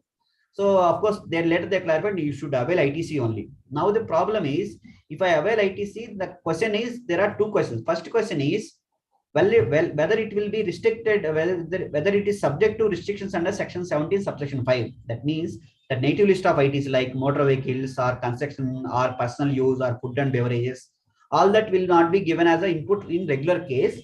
But once I avail ITC, that this deemed export refund also will be subject to these restrictions or not is the question that was being asked. So to this, fortunately, government has clarified in favor of the taxpayer, saying that this ITC availment of this tax paid on the deemed export as ITC is only for procedure of as a matter of obtaining refund.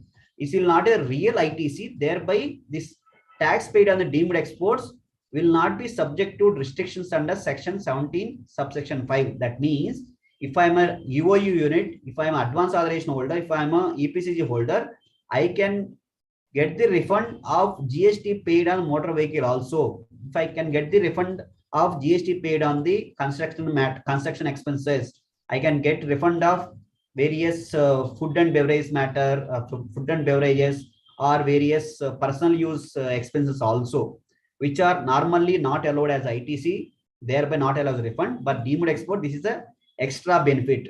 So wherever there are UOUs or the advance authorization holder, EPCG holder, it is advisable to go for refund of all these cases.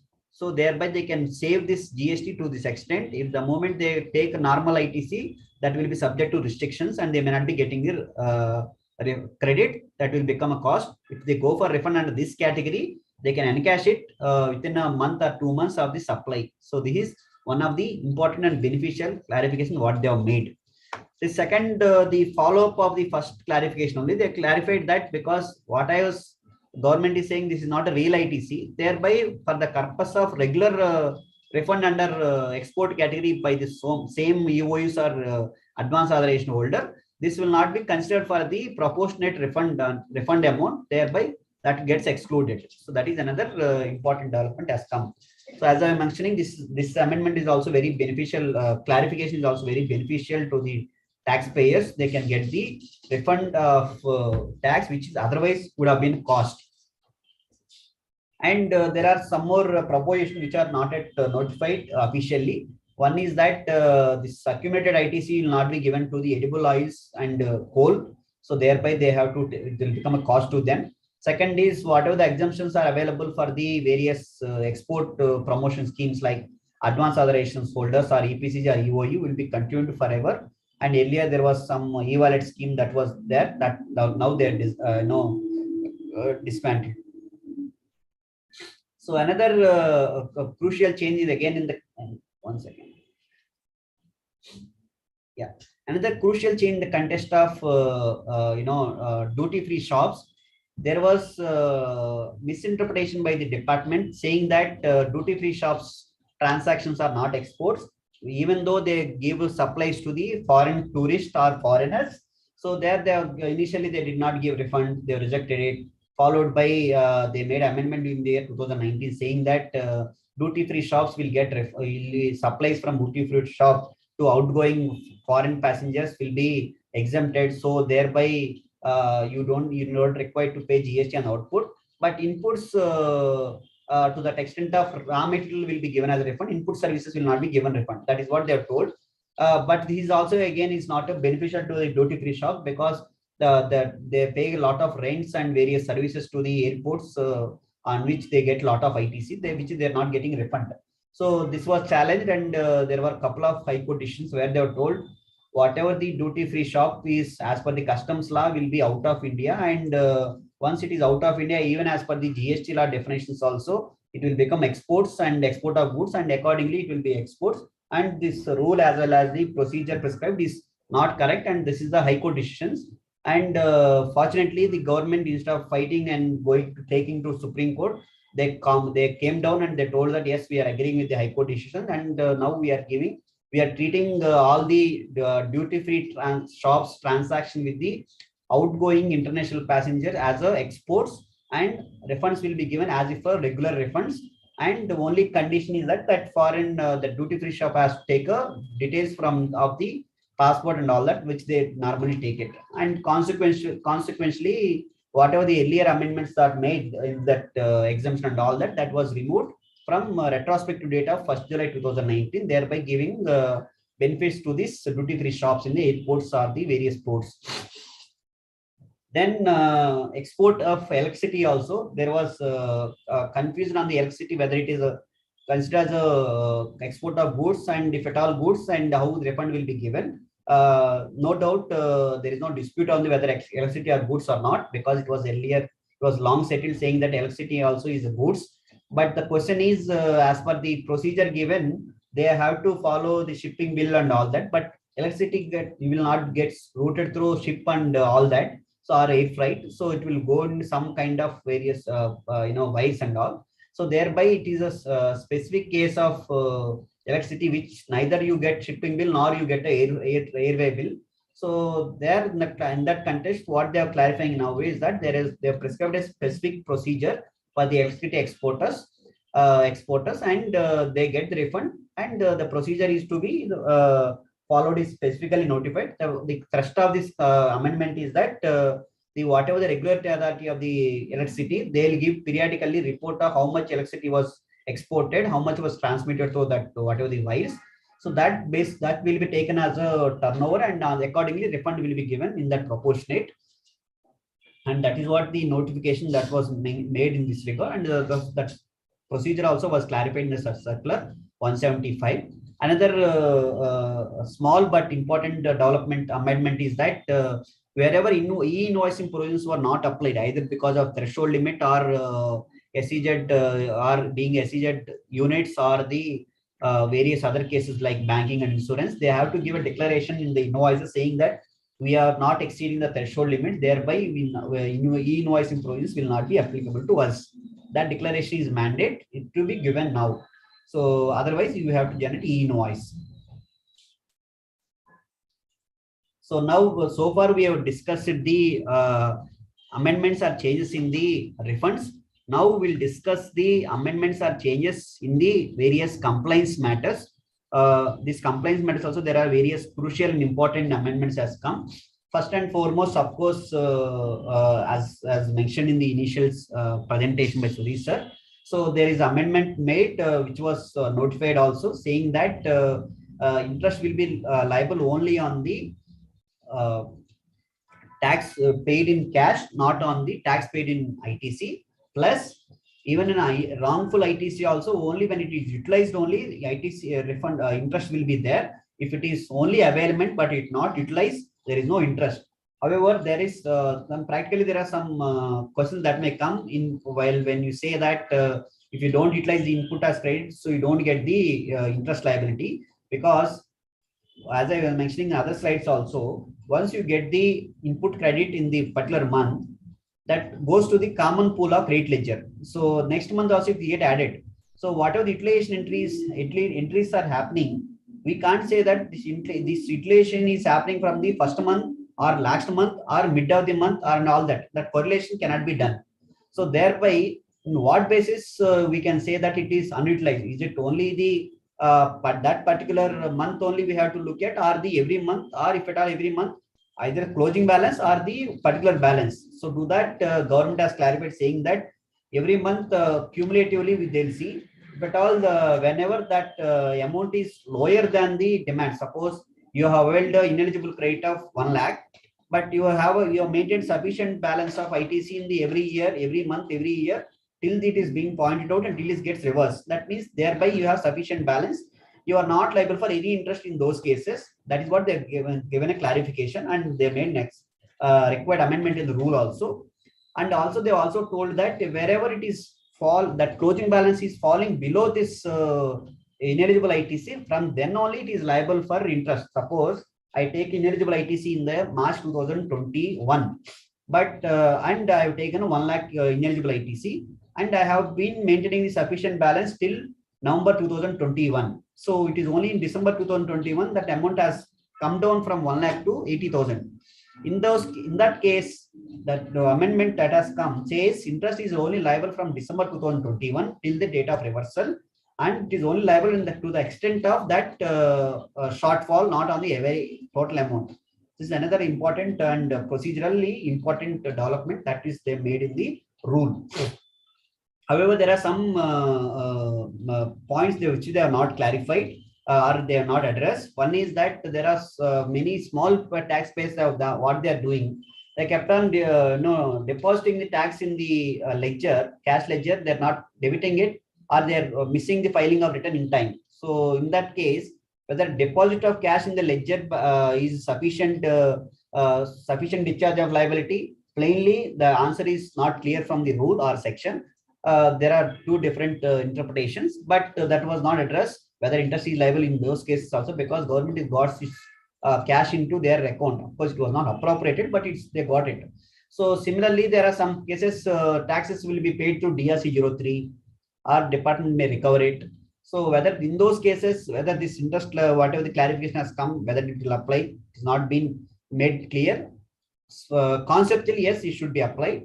However, wherever department comes and in the adjudication or assessment or investigation, they recover some amount, you make some reversal. In that cases, then this restriction, this computation may not help as per the rule. However, conceptually, we can take that stand, because interest is liable only something which was utilized or they cause a loss to the government or anybody. It should not be taken as a revenue as a matter of right.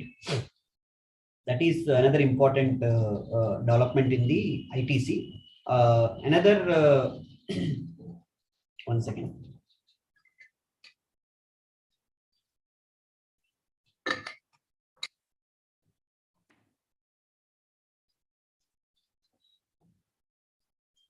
Yeah, another important development is that they are given a facility to transfer the cash ledger balance of one state to another state of same PAN number. That means one company has a registration in as Telangana as well as Andhra.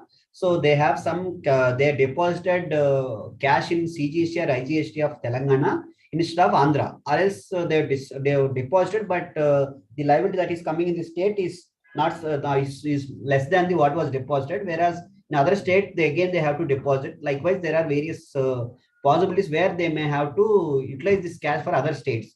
In all those cases, they have made amendment to saying that CGST balance, cash ledger balance, or else IGST cash ledger balance of the same company or same PAN number, they can transfer to other states.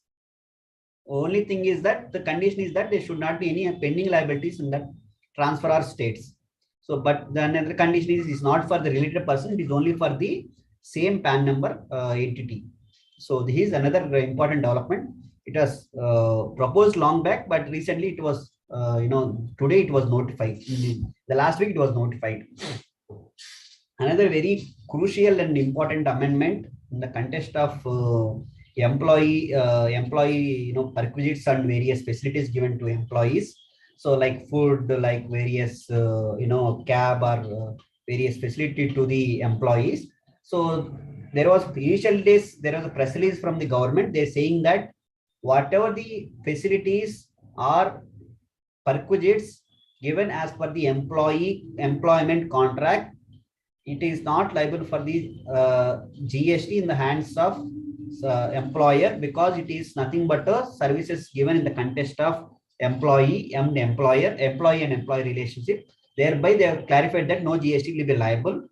The same clarification again was reiterated in the circular, saying that whatever the facilities or perquisites given to the employee by the employer are not liable for GST. Only condition is that that should be part of the contractual agreement with the employee. Yeah.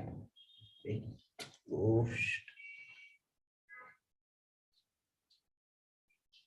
yeah. That is one other important amendment, because we have seen various cases.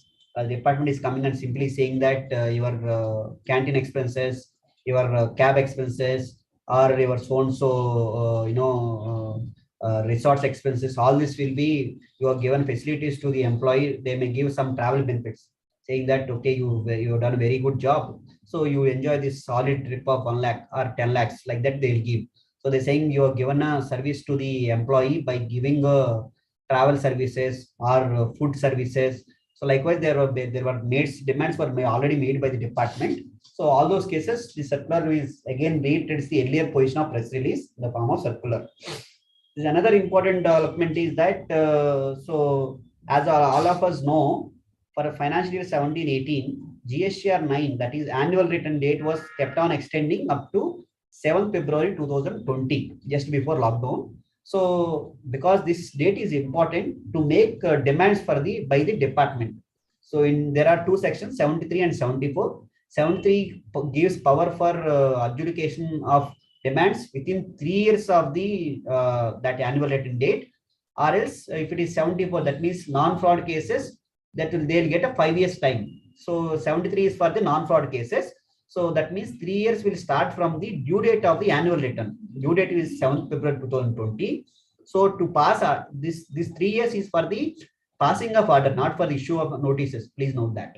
So thereby 3 years from the 7th February 2020 gets expired on 6th February 2023. Thereby, if at all department has to pass orders, they have to pass order before 7th February 2023. Otherwise, gets time barred. Above, of course, generally they invoke 74 and they say you did a fraud and all that. That is a different story. But if at all they invoke under 73, that gets time limit gets expired.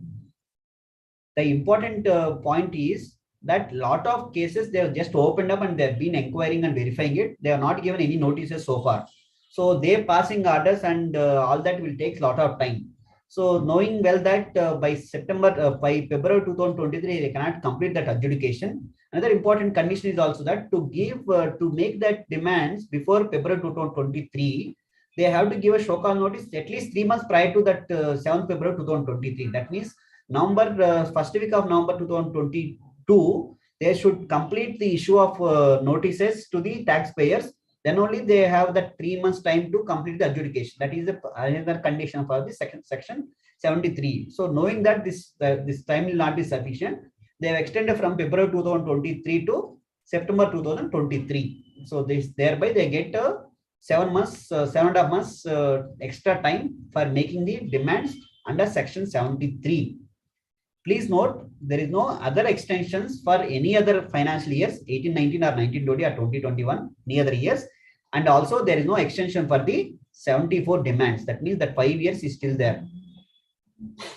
So this is another important amendment. So another very interesting and welcome amendment, clarification given under section circular 171. This is in the context of fake invoicing context. The circular has clarified 3 scenarios which were put it in a diagrammatic manner here. The circular was not given diagrams. We put it so for our better understanding. Suppose they have taken 3 scenarios. First scenario is that Mr. A will give invoice to B without, before that, I think fake invoice means, all of you know, I presume that all of you know that fake invoice means you don't make an actual supply, you only give an invoice to pass on the credit to your various people in the chain. So they have taken 3 scenarios. First scenario 1, Mr. A will give an invoice to the B, only give invoice, you don't make actual supply. That means there is no actual supply of goods or services, you just give invoice so that we will take input credit. This is scenario number A, scenario 1. Scenario 2.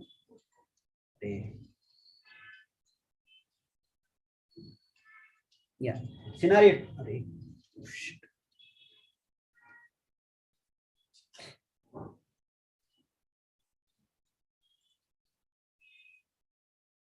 Yeah, scenario 2 is that Mr. A will give invoice to B without actual supply. In turn, B will make a actual supply to C, but awaits the input as credit of invoice given by A. This is second scenario. That means first leg of transaction is fake, but second leg of transaction is not fake. It is actual, genuine, but he awaits the input as credit of first leg. 1 second, there is some challenge with the slides. First leg is fake and second leg is not fake, but the B has availed the fake ITC. the third scenario is that first leg is also fake and second leg is also fake. That means A has given a fake invoice to B and B has availed that fake ITC and he has passed on that fake ITC to C by giving another fake invoice. So these are the three scenarios. The circular has clarified like this. They told that whether the GST can be demanded on the Mr. A who has given a fake invoice in scenario number 1 and 2, 3. They have clearly told that because there is no underlying supply of goods or services, there is no liability of GST at all. Thereby, they cannot make any tax demand. So thereby, Mr. A is safe and he is not liable for any GST. Consequentially, interest also is wiped off. However, so don't be happy with this. There is another consequence of this. They clarified that because he has committed offense, that means giving invoice without actual supply, which is an offense given under section 122 subsection 1. So he would be liable for the penalty. That is, the penalty is 10,000 or ITC passed on, whichever is higher. That means if I give say invoice for passing of 1 crore ITC, then 1 crore will be the penalty. That is the clarification given with respect to Mr. A. That is the obligation, that is the consequence in the hands of A.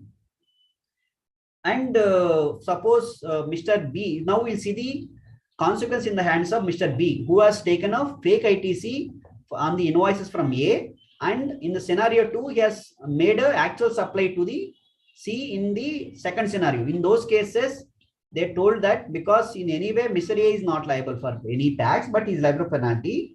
In the second scenario, B is liable for penalty because taking a fake ITC, and is also liable for the interest because once he is taken a fake ITC, which is ineligible without actual receipt of goods, he has taken ITC, he has to pay interest also, plus there will not be earned plus penalty because he has taken a fake ITC. So thereby Mr. B will be invited with the 3 times of the whatever the fake transaction happened. So tax, penalty and interest. So that is 3 types of liabilities that may come in the hands of Mr. B.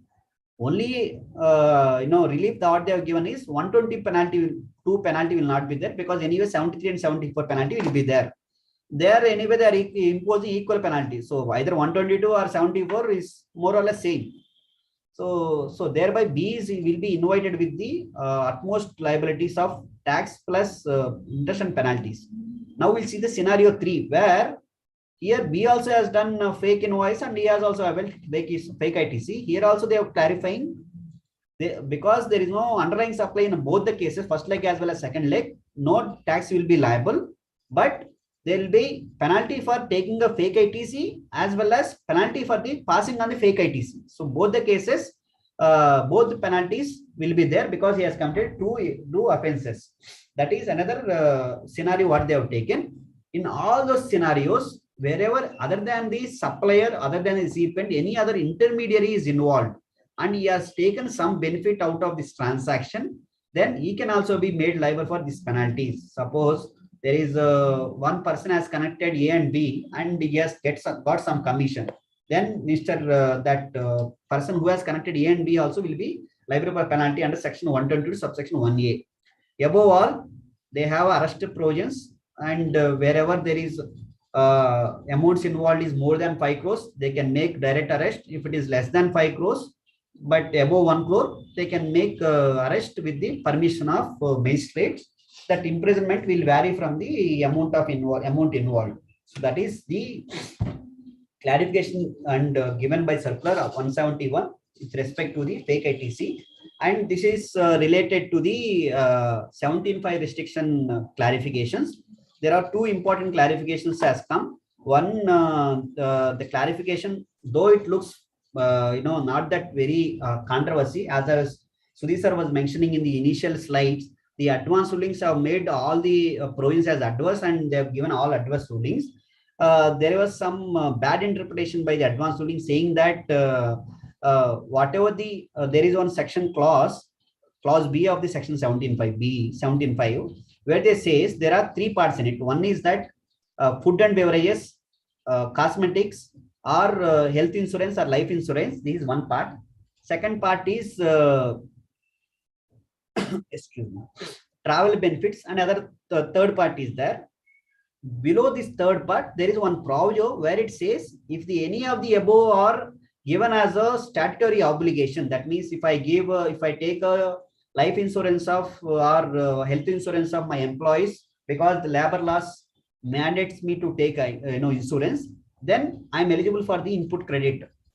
Similarly, if I provide a food to my employees as a matter of mandatory under the Factories Act or any other law, I am eligible for the input tax rate on the food. That is what they want to give the clarity. This clarity was given in the initial days of GST in 2017 itself. When they made amendment in 2019, there is some confusion was created by the advance rulings by giving the adverse rulings, like saying that this statutory obligation relief, that is exception to exception, that is statutory obligation. If it is statutory obligation, you don't get restricted and you get the refund, is only applicable for the clause C, that means third part travel benefits, not for the first two parts. Thereby they told that no, you are not eligible for the life insurance, health insurance or catering, even though it is statutory in nature. That is advance ruling that was given. There are not only one, there are few, 2-3 are there. So to this now clarification has come saying that no, that is not the right interpretation. This proviso, which is exception to exception, is applicable to all three cases wherever it is statutory obligation, either life insurance or health insurance or food or travel benefits, anything will be eligible for the input tax credit, will not be restricted. That is another welcome clarification given by the government at this time, without waiting for another 3-4 years where department comes for audit or investigation. They keep sending lakhs of notices and then coming with circular. Then another development, of course, it is very tricky interpretation made by some officers. There is some restriction in the 17(5)(b). Again, they says insurance, life insurance, and they says leasing, hiring or renting of motor vehicles. So there they asked a question, because leasing, after leasing there is a comma followed by renting or hiring of motor vehicles. Whether that leasing word will applicable only for motor vehicle or all leasing cases. For example, we take a printer or machinery on a lease basis, which is nothing to do with motor vehicles or the vessel or aircraft.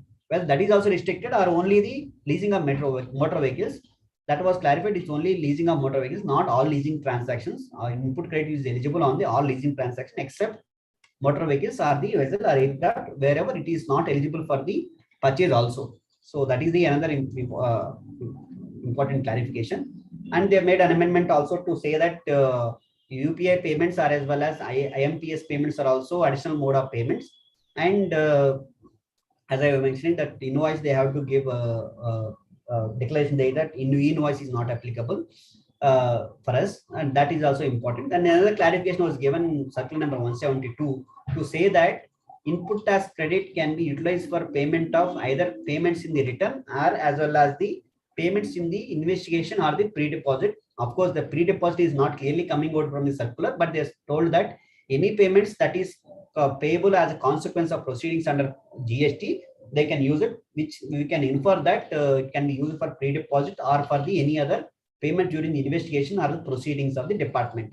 So thereby, department, they're in their style, particularly the state officers, we says, no, don't pay input credit, using input credit, because that will take, they have their own reasons, because they don't get revenue immediately. They say, no, you pay in cash. So all those cases, we can show the circular. Very clearly, they told that GST input tax credit can be utilized not only for returns, payments in the return, it also can be used for DST or any other payments in the investigation or the proceedings.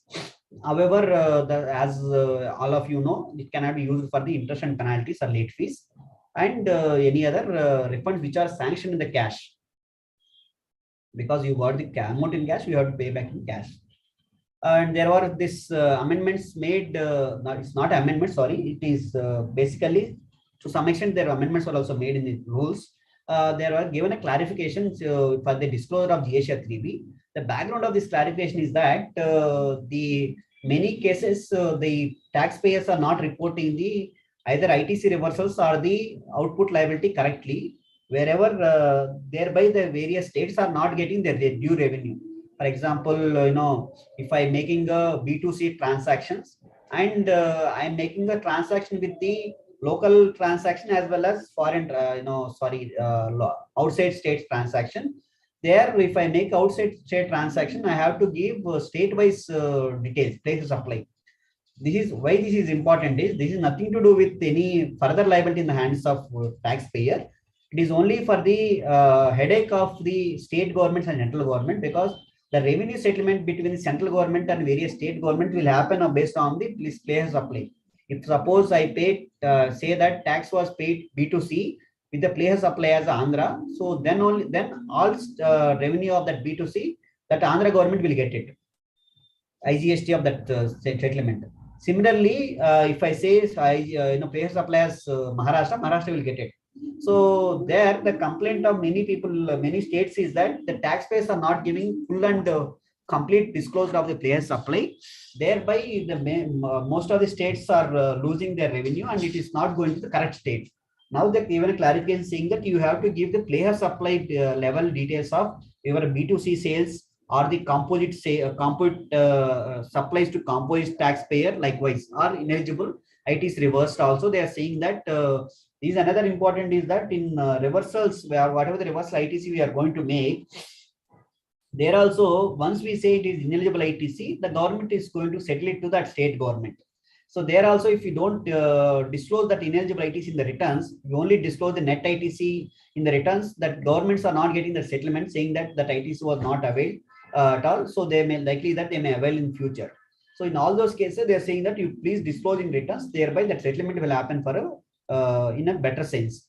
And of course, there are another important development is that wherever supplies are made through this electronic commerce operators, where their commerce operators are made liable, for example, this Swiggy, Zomato, or Ola or Uber, they are made liable for GST on those supplies they made through their platform.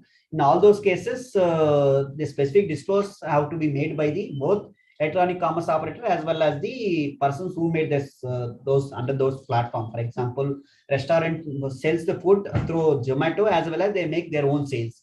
So if they make supplies to their platform, they will be paying GST. Whereas if they make payment through if they make supplies through Zomato will pay the GST. So now the amendment is that whatever supplies made through this Zomato that has to be separately disclosed, and Zomato also will also in turn will disclose in their total aggregation, so that they want to match and see whether there is any evasion is possible in any of the state or any of the place. So that is another development the context of this 3B. And as I was mentioning, they are saying that this place supply wise levels, we have to give it details of the supplies made B2C as well as various composite supplies as well as place supply level we have to give. And there are also some amendments or some relaxation were given in the context for the GST 9 and 9C of the financial year 21-22. First and foremost is that they are telling that you disclose separately of turnovers of non-GST as well as exempt supplies, because earlier everything was disclosed separate at once. They are saying that you disclose separately, exempt separate, nil rate separate, and non-GST separate. And similarly, there were amendments made of, for example, 21-22 transaction. You would have made some amendments in the next 6 months. That means April 22 to September 2022. That they are saying in table 10 of 9, you have to mandatorily mention it. Thereby, they will reconcile whether to what extent last year transactions were adjusted in this year. Similarly, from 1st April 2021, HSN quoting of HSN at 6-digit or 4-digit was made mandatory for all taxpayers for all B2B supplies. Where all these cases, now they are saying, because anyway you have been made mandatory from April 2021, in annual return also you should mention your supplies, HSN level supplies, HSN wise summary also we have to give in annual return. So that is what they are mentioning. If it is above 5 crores taxpayers, 6-digit level. If it is less than 5 crores, 4-digit level, we have to give a summary of the transactions made at HSN level. And whatever other relaxations were given, like for example, various relaxations were given for the 18, 19, 19, 20. The same thing will apply for 21, 22 also. So few more changes that was been made is that first is that this revocation of the suspension or the cancellation of the cancelled registration. What will happen if registration returns were not filed for more than 6 months? Automatically, the system gives a notice, and they are also cancelling the registrations or they're suspending it. So in all those cases, the procedure what they had earlier was there that we have to, once we file a pending returns, and we can apply for a revocation, and they'll verify the data, and they're revoking that cancellation or suspension. So in this process, once we go to the tax officer, he'll make a lot of demands. So he kept on asking you, bring out your input register, bring out your output register, balance sheet, what you're doing, and all that. He's doing a lot of nonsense in it. And there were a couple of high court decisions also saying that in revocation proceeding, don't ask for any verification of the data. You just see whether conditions are fulfilled, and then you revoke it. So now what the government is saying in this amendment is, you not go to officers. Once you file the pending returns, system only automatically revokes your registration. If at all is not done, you go to the officer and get it rectified, revoke it. That is another important development. Procedurally, practically, it is beneficial. Another amendment in the context of annual return and 9C is that the earlier exemption, what was given for the annual return for 2 crores, some same was continued for the financial 21-22 also. Thereby, up to 2 crores, there is no annual return to be filed. It is only optional. Still, we can file. It is optional. Then there is a late fee was waived for this composite tax dealers, and the dates were extended. And these are the few more developments which are not being notified yet. Of course, they have constituted this group of ministry for various, because there are various legal issues and constitutional issues in the formation of appellate tribunal, because almost 5 years now there is no GST tribunal so far under GST. So to expedite this matter, they have constituted a group of ministers to address the concern and also give a report to the council. So this is one important development. Similarly, they also constituted a group of ministry to ask for the various changes in the GST 3B, which they are going to come and show it to various stakeholders. And they also clarified, they've also told that they clarify whatever the motor vehicles which are given on a period time basis is nothing but a renting of motor vehicle, and it is liable under the reverse charge if it is given by the non-company to company under reverse charge. So that is what they want to clarify. That means wherever agreement says it is on time basis, if I give cabs by non-company to the company on time basis, then company is liable under reverse charge. If I say no, it is on trip basis, then the reverse charge may not come. So we have to be very clear in the terms of the agreement. So otherwise, there may be non-compliance in this area. And they've also given benefits, but they have not notified it. They told that whoever are making supplies through e-commerce operator, hence till date, it is mandatorily has to be registered irrespective of the total turnover. That means even the threshold limit is less than 20 lakhs, you are liable for registration. If it is goods, it is 40 lakhs in some states.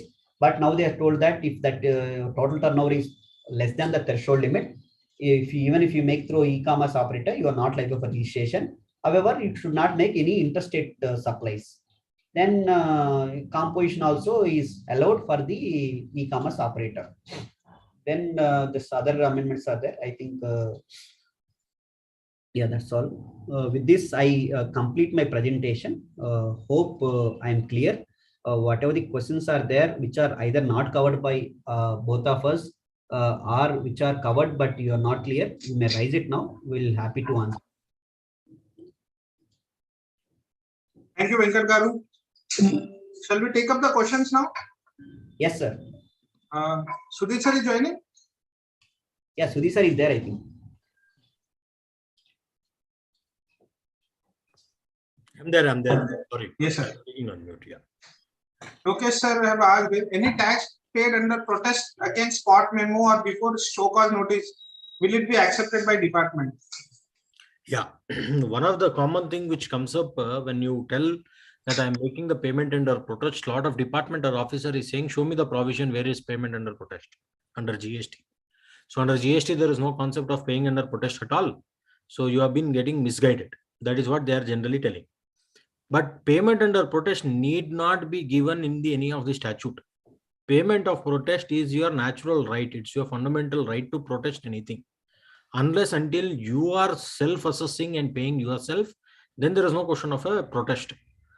Anything against the department which you are paying, demand against the department, it is a natural principle which has been embedded for any payment of taxes. So thereby, even after the show cause notice, if you want to pay under protest, there is no specific provision in GST also. You can go ahead and pay and protest, no challenges. Next question from Suresh.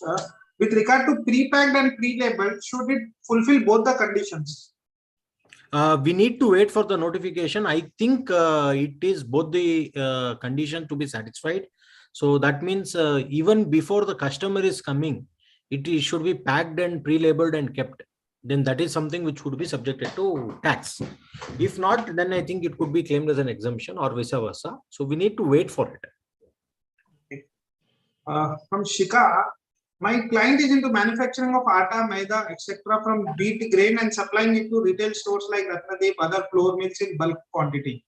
No GST was applicable as this taxpayer has forgone the right of unbranded goods. Okay. Do they need to pay GST now on such sales to other flour mills and big retail stores? Is there any quantity limit prescribed under definition of retail pack on which GST will be attracted now?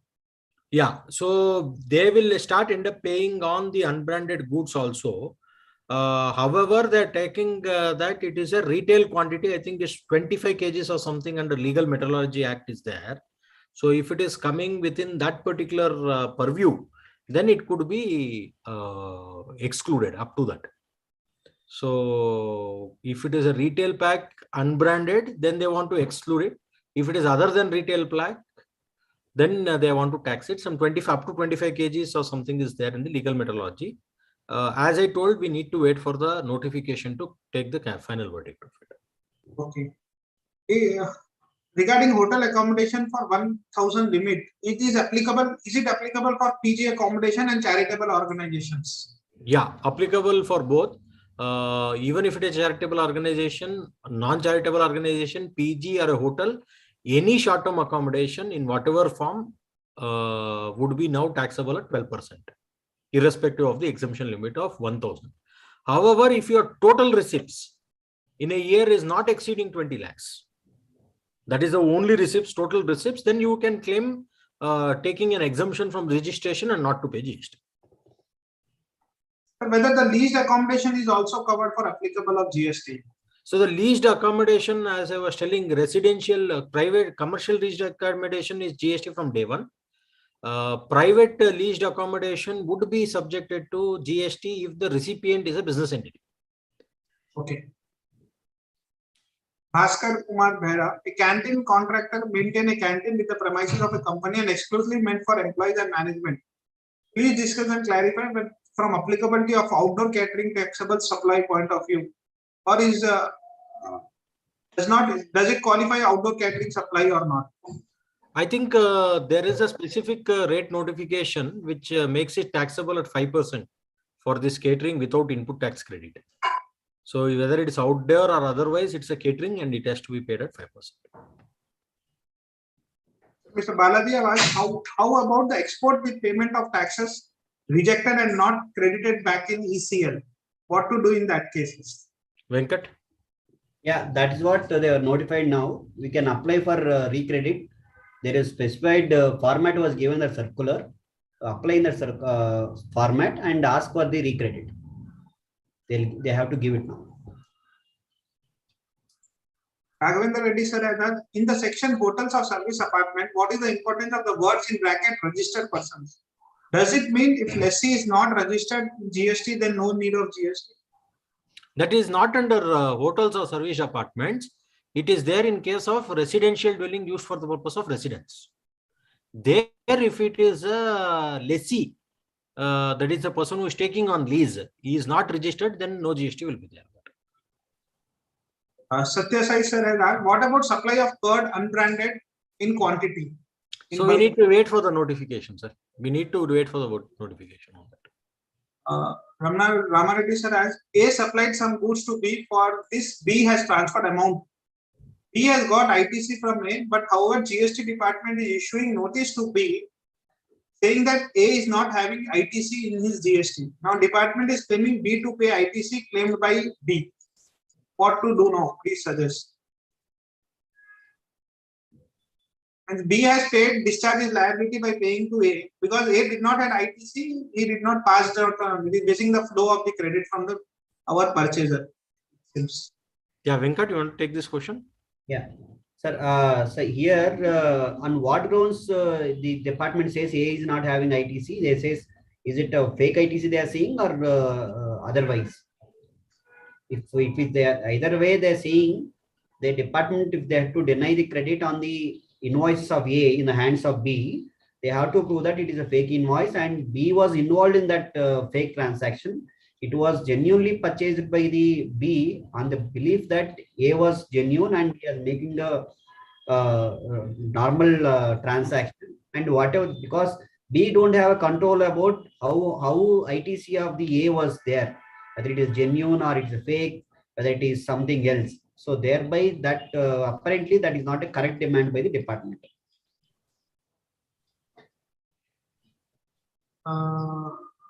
Some questions are there in the chat also.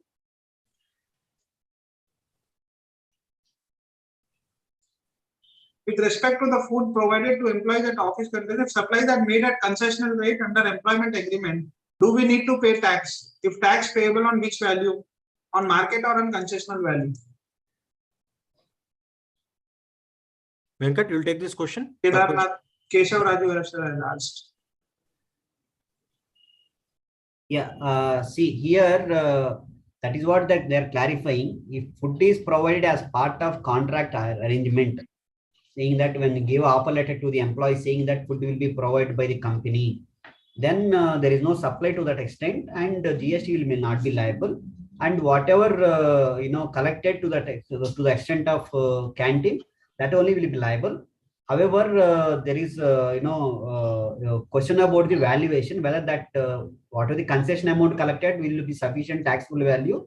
Going by this clarification, because there is no supply to that extent of which is mandatory as part of a contract arrangement. So thereby we can say that only the concession rate collected from the employees will only be the taxable value. That only will be liable for GST. However, in case the client or the person don't want to get into all this dispute with the department, he can take a open market value. For suppose they can take a contractor who has given that invoice, can they take that value and can charge GST at 5% paid to the government instead of to avoid this dispute. But if they don't want to lose that benefit, they can take this benefit and say that only the amount collected from the employees only will be liable for GST, not on the market value. One more question, sir. For government contracts, GST rate has been increased from 12 to 18%. If the government denies paying 18%, what the client should do? Civil suit.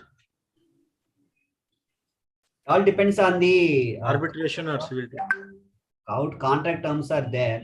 If contract terms are says exclusive of taxes, then easy. If it says exclusive of 12% GST, it's also easy. If it is inclusive of 12% also, it is easy. Because now that dynamics have changed, we can ask for it. Otherwise, as mentioning by Sudhi sir, we can go to High Court and ask for a civil suit. That will take years. By the time I think whoever has taking the matter will not be there in the country.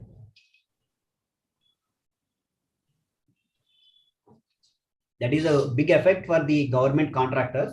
In fact, in the council meeting before this group of ministers who has taken this assignment of rate rationalization, where they have asked for the clarification saying that there are government government entities, the rate was increased from 12 to 18% in January 2022. At that time, they have made a representation, all these infra companies, they made representation saying that, number one, there is no logic in giving concession to the government's title if the contract is awarded by the government directly. And if the same is awarded through corporation, you are asking 6% extra. There is no logic, because at the end, same government will get back the revenue. Same state government will get back the revenue. So why you increased rate and all? To this, they have answered, no, if you are encouraging this lower rates, it is leading to IT's accumulation. Once it is leading to IT's accumulation, which is not being refunded, people are going to fake transactions and they are passing on to somebody else. So we do not encourage all those cases. So that's the reason we are increasing rates. Fair enough. Now they told if you are increasing rates, then why don't you say that these rates are applicable only for the contracts entered on or after 1st January 2022. For past contract, because the contracts were awarded with the consensus that rate is liable at 12%. So now all of a sudden you say 6% extra you have to pay. If this receipt government department doesn't give, that will become extra and use burden on the contractor. Then that proposition somehow was not brought to the notice of GST Council. It was rejected by the group of ministry formed for this purpose. It was saying that it will create multiple rates and all that. Some silly reason was given, but in our view, it should have been told this rate increase is only applicable for the new contracts. For old contracts, old rates will be continued. That would have been fair and equitable to the contractors, and all this litigation may not be coming. Shiva sir, I have asked, in case of trust charging rent more than 1,000, will GST be applicable? Yeah, even trust also it will be there. So there is some religious trust and all that. There is another exemption, sir. There also there is a 1,000 rupees. More than 1,000 rupees, it will be taxable. But whether they'll remove that in this notification, we have to wait. Of course, that in press release they're only talking about hotel accommodation. But of course, we have official notification. Question by Suresh sir is not clear. Is the notification already issued for C2B supply of residential accommodation? I think he is asking company to custom B2B customer to B. Suresh sir, if you can repeat your question, sir. Lakshmipati sir, in case of fake invoices, is B in the given example is also liable for prosecution? If yes, sir. Because it is a committed offense, so he is liable. So all three cases, everybody are liable for prosecution, because the prosecution section clearly says issuing an invoice without supply of goods or taking the credit without receipt of the goods. These two are subjected to prosecution. Prosecution is in addition to the penalty. Only because the clarification in the circular is that you are not subjected to demand. That will not take away penalty and prosecution. So you have to be very clear in that. So for people who are arguing that no, goods was received, you cannot rely on just a vendor statement. You have to give other evidence. I have reasonable evidence. So thereby it is not a case of non-receipt of goods at all. I have received the goods or service, as the case may be. If you are arguing, you should not get tempted with the circular and say that, okay, I'll do one thing anyway. I will say that it is not no liability under 73 can be done. So I will say, yeah, even if it is received, even if I have not received, I need not pay. It's only a receipt. Supplier has to pay. The moment you go for this admission, then automatically penalty and prosecution is going to come. So if at all your facts is that you have received the goods, you should argue on that only. You should not take a shorter route. If you have not received goods, then there is the story. You can take advantage of the circular and say that I will not pay tax, I will pay only penalty. okay. Thank you, sir. I think notification is yet to issue, sir. Suresh Garu, notification is yet to be issued. Secretary sir. Thank you, Sudhir sir. Thank you, Venkat sir, for an excellent session. You have clarified all the doubts of all the members. So Secretary sir is here. Over to you, Secretary. Thank you very much, Deepak sir. Now I request the branch to share the certificates, virtual appreciation letters.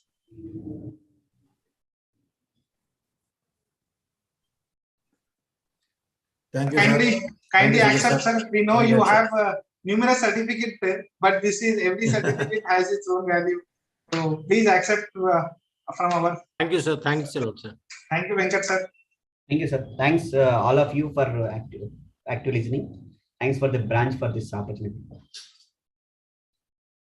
My sincere thanks to both the speakers, Venkata Prasad sir and Sudhir sir, and all the participants who attended this program virtually within a short. We had to change it to virtual platform due to the heavy rains and warning signals from the government. Once again, thank you very much, sir. Thank you